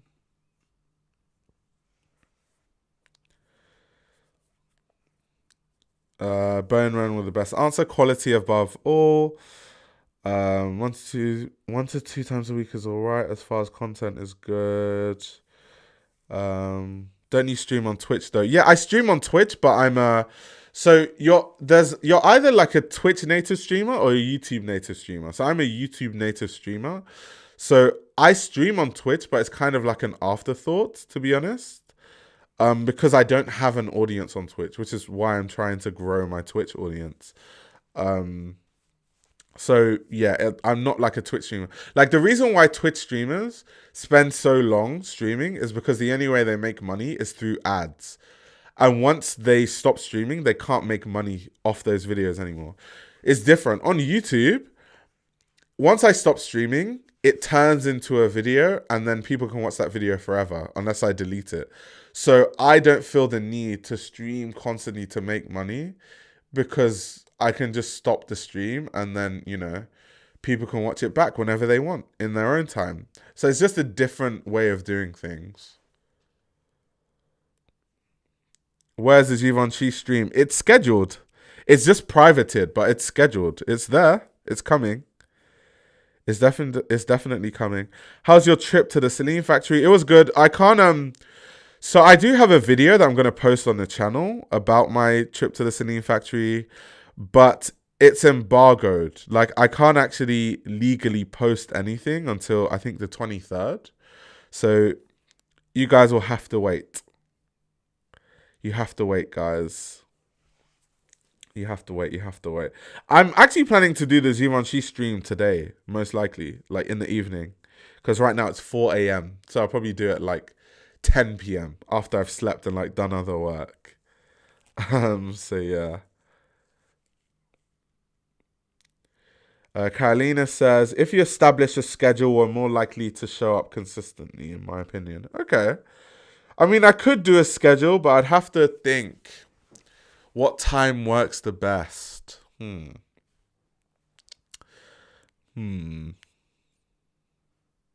It's a tough one. It's a tough one. Probably, definitely not now, because it's 4 a.m. Definitely not now.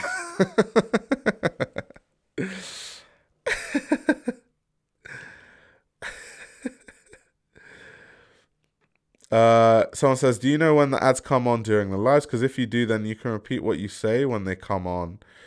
No, I don't have any control over when the ads come on during the live, to be honest. I just have control over like the general frequency. So I normally put you can put it on low, medium, or like high. So I just put it on low so that people aren't like super disturbed during the live streams. Like you're getting an ad every 2 minutes. That's probably what it's like if I put it on high. But I don't have a control on like specifics. I think there's a way to like manually do it, but between setting up OBS, I think the people that do manual ads are people that have a show to the level that they have like a producer that works all the tech stuff, and then they just talk on screen. I'm not at that level yet. I'm a one man band. I'm a one man show, so it's not possible. It's not possible. Now it's prime time for me in Japan. Yeah, I always mention that when I stream at silly o'clock, I always get a lot of people from Japan in the streams.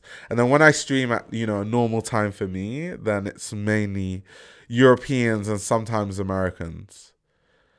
Sometimes.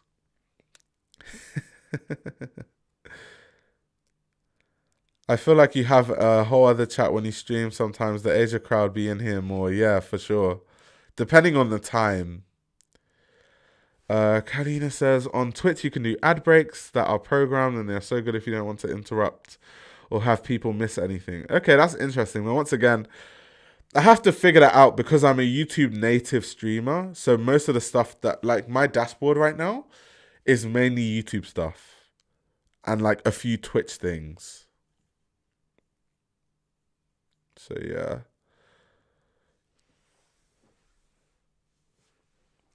People are calling me a money man. Just because my channel is monetized doesn't mean I make like loads of money. I wonder how much money, if you guys were to guess, how much do you think I make off of like YouTube? I'm just curious to know like if people think YouTubers are like billionaires or something. People think we're like super rich. Culture says, I like this Burberry collection. Burberry marketing strategy and pricing really messed up a great thing. Facts. Which is kind of where we go with the critiques all the time, but it is so true. It's really a shame, to be honest. It's really a big shame. Okay, so Luxury Hybrid said $30 a video. Oh my gosh, that's a good prediction. So I don't have any problem telling people how much I make, to be honest. But so I make about it depends really, but let's say my average stream gets about 5k views and my average RPM is like 7. So like most streams make like £35 a stream. So on average it's like £35 a stream. So if I streamed every day, like which I'm not doing right now, but say like I did stream every day, let's see, 35 times 30, that's 1,050. So if I streamed every day, that would be £1,050. But I don't stream every day, so I obviously make less than that. So yeah, guys, we're not really rich. We're not rich. But also it depends because obviously I'm not a big YouTuber. Like if I know some YouTubers that they get, I don't know, like 100,000 views per stream, and then okay, they do make a lot of money. But I'm not in that. So yeah, it's like if I streamed every day like 1k a month. So that's why I have a day job, guys. Like, I genuinely have a day job. You cannot survive in London on 1K a month. Yugi Nation said, bro is scaring off the gold diggers. Like, I could literally show you. Like, I'm not joking. Like, I'm not lying or anything. Like, let me see. I can show you, but I don't want to show you guys, like, sensitive info. Let me just make sure there's no sensitive info on my dashboard first before I show you guys this stuff. Okay. He said, not people saying bye-bye gold diggers. Yes, it's transparency, Rachel. It's transparency. Okay, yeah. So this is literally my YouTube dashboard, guys. So as you can see, over the past 28 days, I've gotten 1,115 subscribers, 184,000 views, and my estimated revenue is £930. So literally on the money. And I haven't streamed every day in the past 30 days. So it's about right. Like, the numbers add up. So literally that's how it goes. That's how it goes. That's how it goes. That's how it goes, guys. So yeah, that's the reality of being a YouTuber. Don't quit your day job, guys. Also, thank you very much for the super chat, Culture. Thank you very much. I really appreciate it. Because Culture, I not like I feel bad, but I'm always like, maybe because they're just like, oh my God, like, people work hard for their money. Because you're already a channel member. And I really appreciate you being a channel member. But thank you very much for the donations too. I will always appreciate it. Gyro saying, can someone explain how to tag people in the chat? I think if you just type @ and then their name, that's how it goes. That's how it goes. A Luxury Hybrid said, I'm on your Patreon. I cheated. I watched the video you did about the topic. Oh, no wonder your guess was so good. Yeah, you've probably, no wonder. So you probably know. You probably know. Also, thank you very much, Audrey. Oh my God. I hope me saying that's how much I earned. I don't want you guys to feel like you need to donate, by the way. Like, if you want to, thank you very much. But like, I have a day job because I can't make a living on YouTube. So, like, you know, please don't feel like obliged to donate. Something I need to fix, though, once again, because I have text to speech, let me guys know, when you donate, can you hear like the bot reading out the stuff, or can you not? Because I can't hear it at all. It's really annoying. I wish I could hear back the text to speech stuff, because I feel like I'm talking over it because I don't know when it happens. Bowman said, I'll donate when you hit 1 million. I don't think I'm ever going to have 1 million subscribers because I think my channel is too niche. Like, my topic choice is too niche. Like, there's no... Yeah, I just don't see how it's big. And I prefer it that way because I just want to... I just want to do what I do. We can hear it, but it's very muted. Yeah, I made the volume slightly low deliberately. Culture said it freaked me out. I feel like you'll get used to it eventually. You'll get used to it eventually. Do you think Vaccarello has now done more YSL than Eddie? What do you mean by that? Like, do you mean his YSL is more YSL than Eddie Simon's YSL? Like, what do you mean? I mean, let me go on YSL's website, because too, if we're going to be very honest, a lot of what YSL sells is still the Eddie Simon stuff anyway. Like, I'm sure they still sell like all the like leather jackets and the Wyatt boots and like all that sort of stuff. That's like pure Eddie Simon era. So it's like, how much credit can you give Anthony Vaccarello when like most of the lineup is basically Eddie Simon stuff still. Like what's actually selling. Man, even like the jackets and stuff. Let's look at the ready to wear stuff that's actually selling. Yeah, like the tuxedo stuff. That's all Eddie Saman, to be honest. Tunic shirts. Yeah, the biker jackets, all this sort of stuff. That's Eddie really popularized this for like men at YSL. So I don't know. I heard the Teddy jacket is getting discontinued. At what brand? I was on the Celine website the other day and I couldn't find the Teddy jacket, and I was like, oh no. I love Teddy jackets. Like, let me go on Celine's website because I love a Teddy jacket and they just gotten rid of it. I was so upset. Let's see, jackets and trousers. Yeah, they don't have Teddies. Like it's so thin. Eddie Saman left and he was just like, yeah, take everything down from the website. He's like, yeah, you guys cannot sell anything that I made. Look at how many products are available now. It's barely anything compared to like when Eddie Saman was there.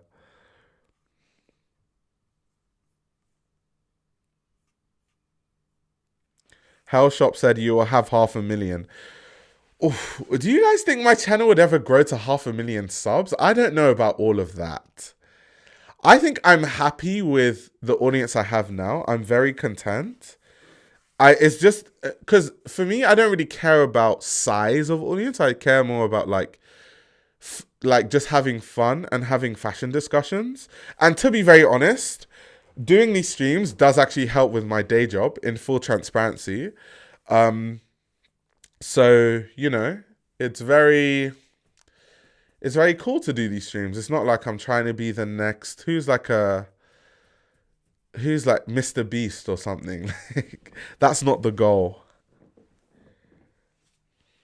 Which designer has the highest quality leather goods for men? I don't think if you want the highest quality, you shouldn't really be going to brands. You should be going to artisans, like just leather craftsmen. Like there are certain people that are just leather craftsmen. They have leather shops in Florence and they ship worldwide. Those are the kind of, if you want like custom leather goods, highest quality, those are the people you should be going to. Culture says, yes, I do. Your channel has already grown so much. It's steady growing. It's definitely going to get bigger. We'll see. Either way, I'm just going to do what I do, and if that happens, it happens, but I'm not like chasing it or whatever, because I feel like when you chase the numbers, it takes away from the quality of the content, or like, because now when I talk about fashion, you can see the passion. I'm like talking about fashion, I'm like really interested. I can observe it, maybe because I make videos, but sometimes I might see, I'm not even talking about fashion creators, I'm talking about, because I watch food YouTube and all types of YouTube. You'll see like a food YouTuber that's chasing views and they look depressed and they're burnt out, and then they just stop posting, and you're like, why they stop posting? It's like they just burnt themselves out. They weren't passionate about it anymore. So it's like, so long as you focus on topics that you love and, things you're interested in, and you keep it at a slow pace, you can keep it fun and sustainable. If you make more short form content, you could increase your numbers a lot, but obviously that would lead to less complex conversations. Yeah, so I have like a love-hate relationship with short form content. I'll tell you why. So if I made short form content, I'll definitely make more money. Reason being, I've noticed in fashion, all the partnerships are all on Instagram. There are almost no sponsorships on YouTube. So all the people I know that make loads of money as content creators, they make shorts. Because what happens is this luxury brand will pay you to review their show. That luxury brand will pay you to review their show. And in one season, I know I have friends literally that make like 40K in like the span of like two Fashion Week seasons, because they're getting paid by all the brands to do like reviews, and they're getting paid by people to like review stuff. I think it's just what brands value. Like brands value short form content. It just is what it is. Me personally, knowing fully well that I could make more money making shorts, I just have a. I'm always at odds with myself, because when I have made shorts in the past, it's like I didn't even really make a point. It's just like I didn't make a point. It's just not. That's not useful to anyone. I just feel like that's not really useful, to be honest. Um. So yeah, it's just like I get it. I would make more money, but is it me?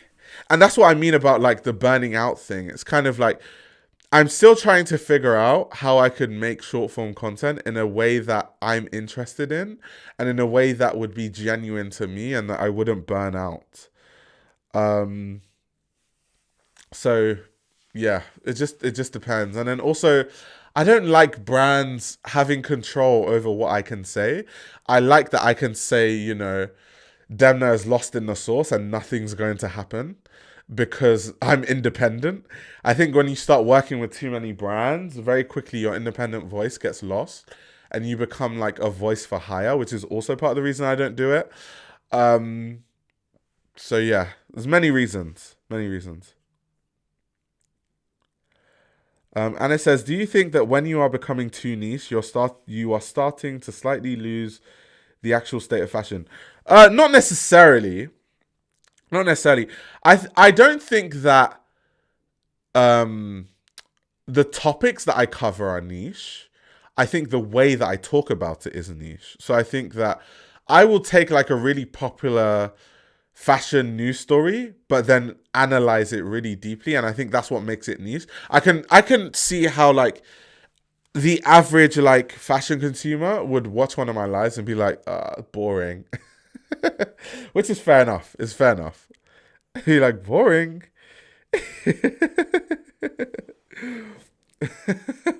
It's understandable. It's understandable.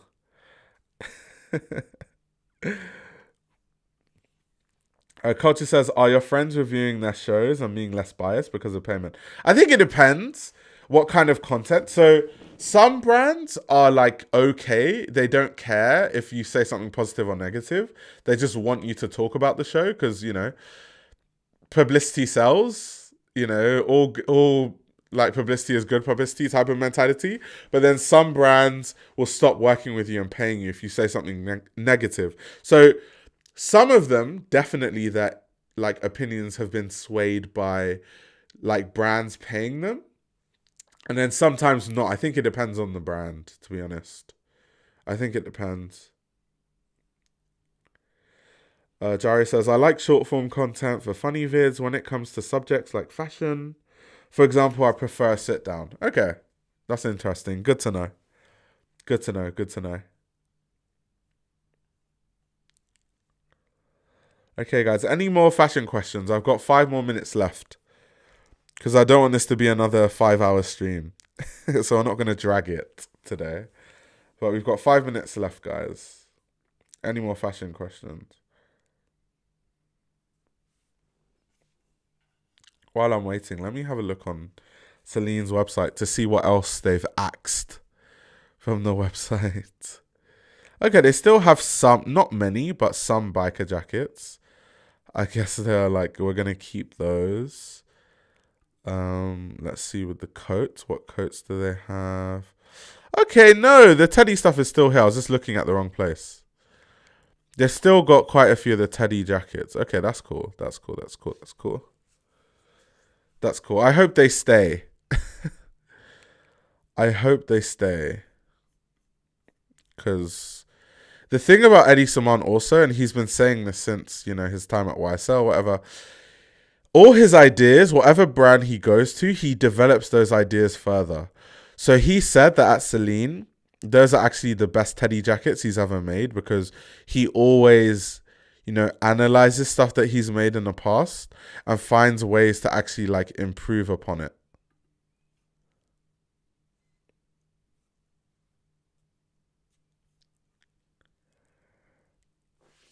What's your opinion on Jill Sanders' new creative director? I don't really have much of an opinion, to be honest. He was at Bally barely. I mean, Bally is a brand that has been in a form of turmoil. So there was a time that Luigi was there, then he kind of barely lasted, and then it was it was Simone. Simone barely was there. So I just didn't really get time to really take in Simone's work, to be honest. So I don't really know what I'm expecting. I don't know what I'm expecting, to be very honest with you. So we'll just have to wait and see about all of that. But yeah, I don't really have much of an opinion. I'm just looking forward to it. I'm looking forward to it. Because he was barely at Bali. Like, how long was he at Bali for? Like 4 seasons. Like, it's barely that long. So it's just, yeah, the musical chairs. Musical chairs. I saw a quote on a publication somewhere on IG saying along the lines of codes don't matter. What do you think?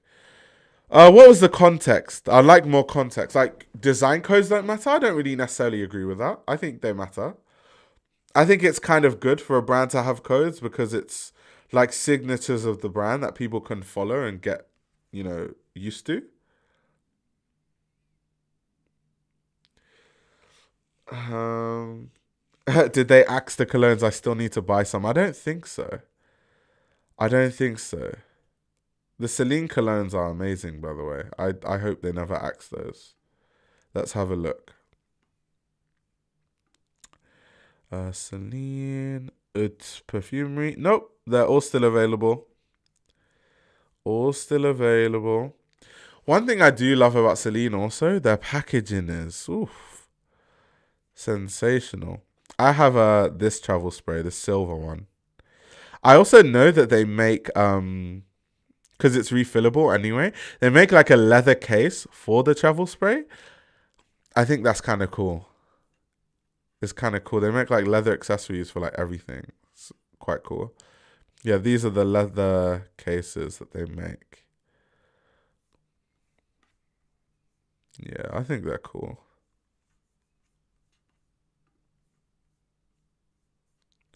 But anyway, guys, thank you very much for coming to my TED Talk.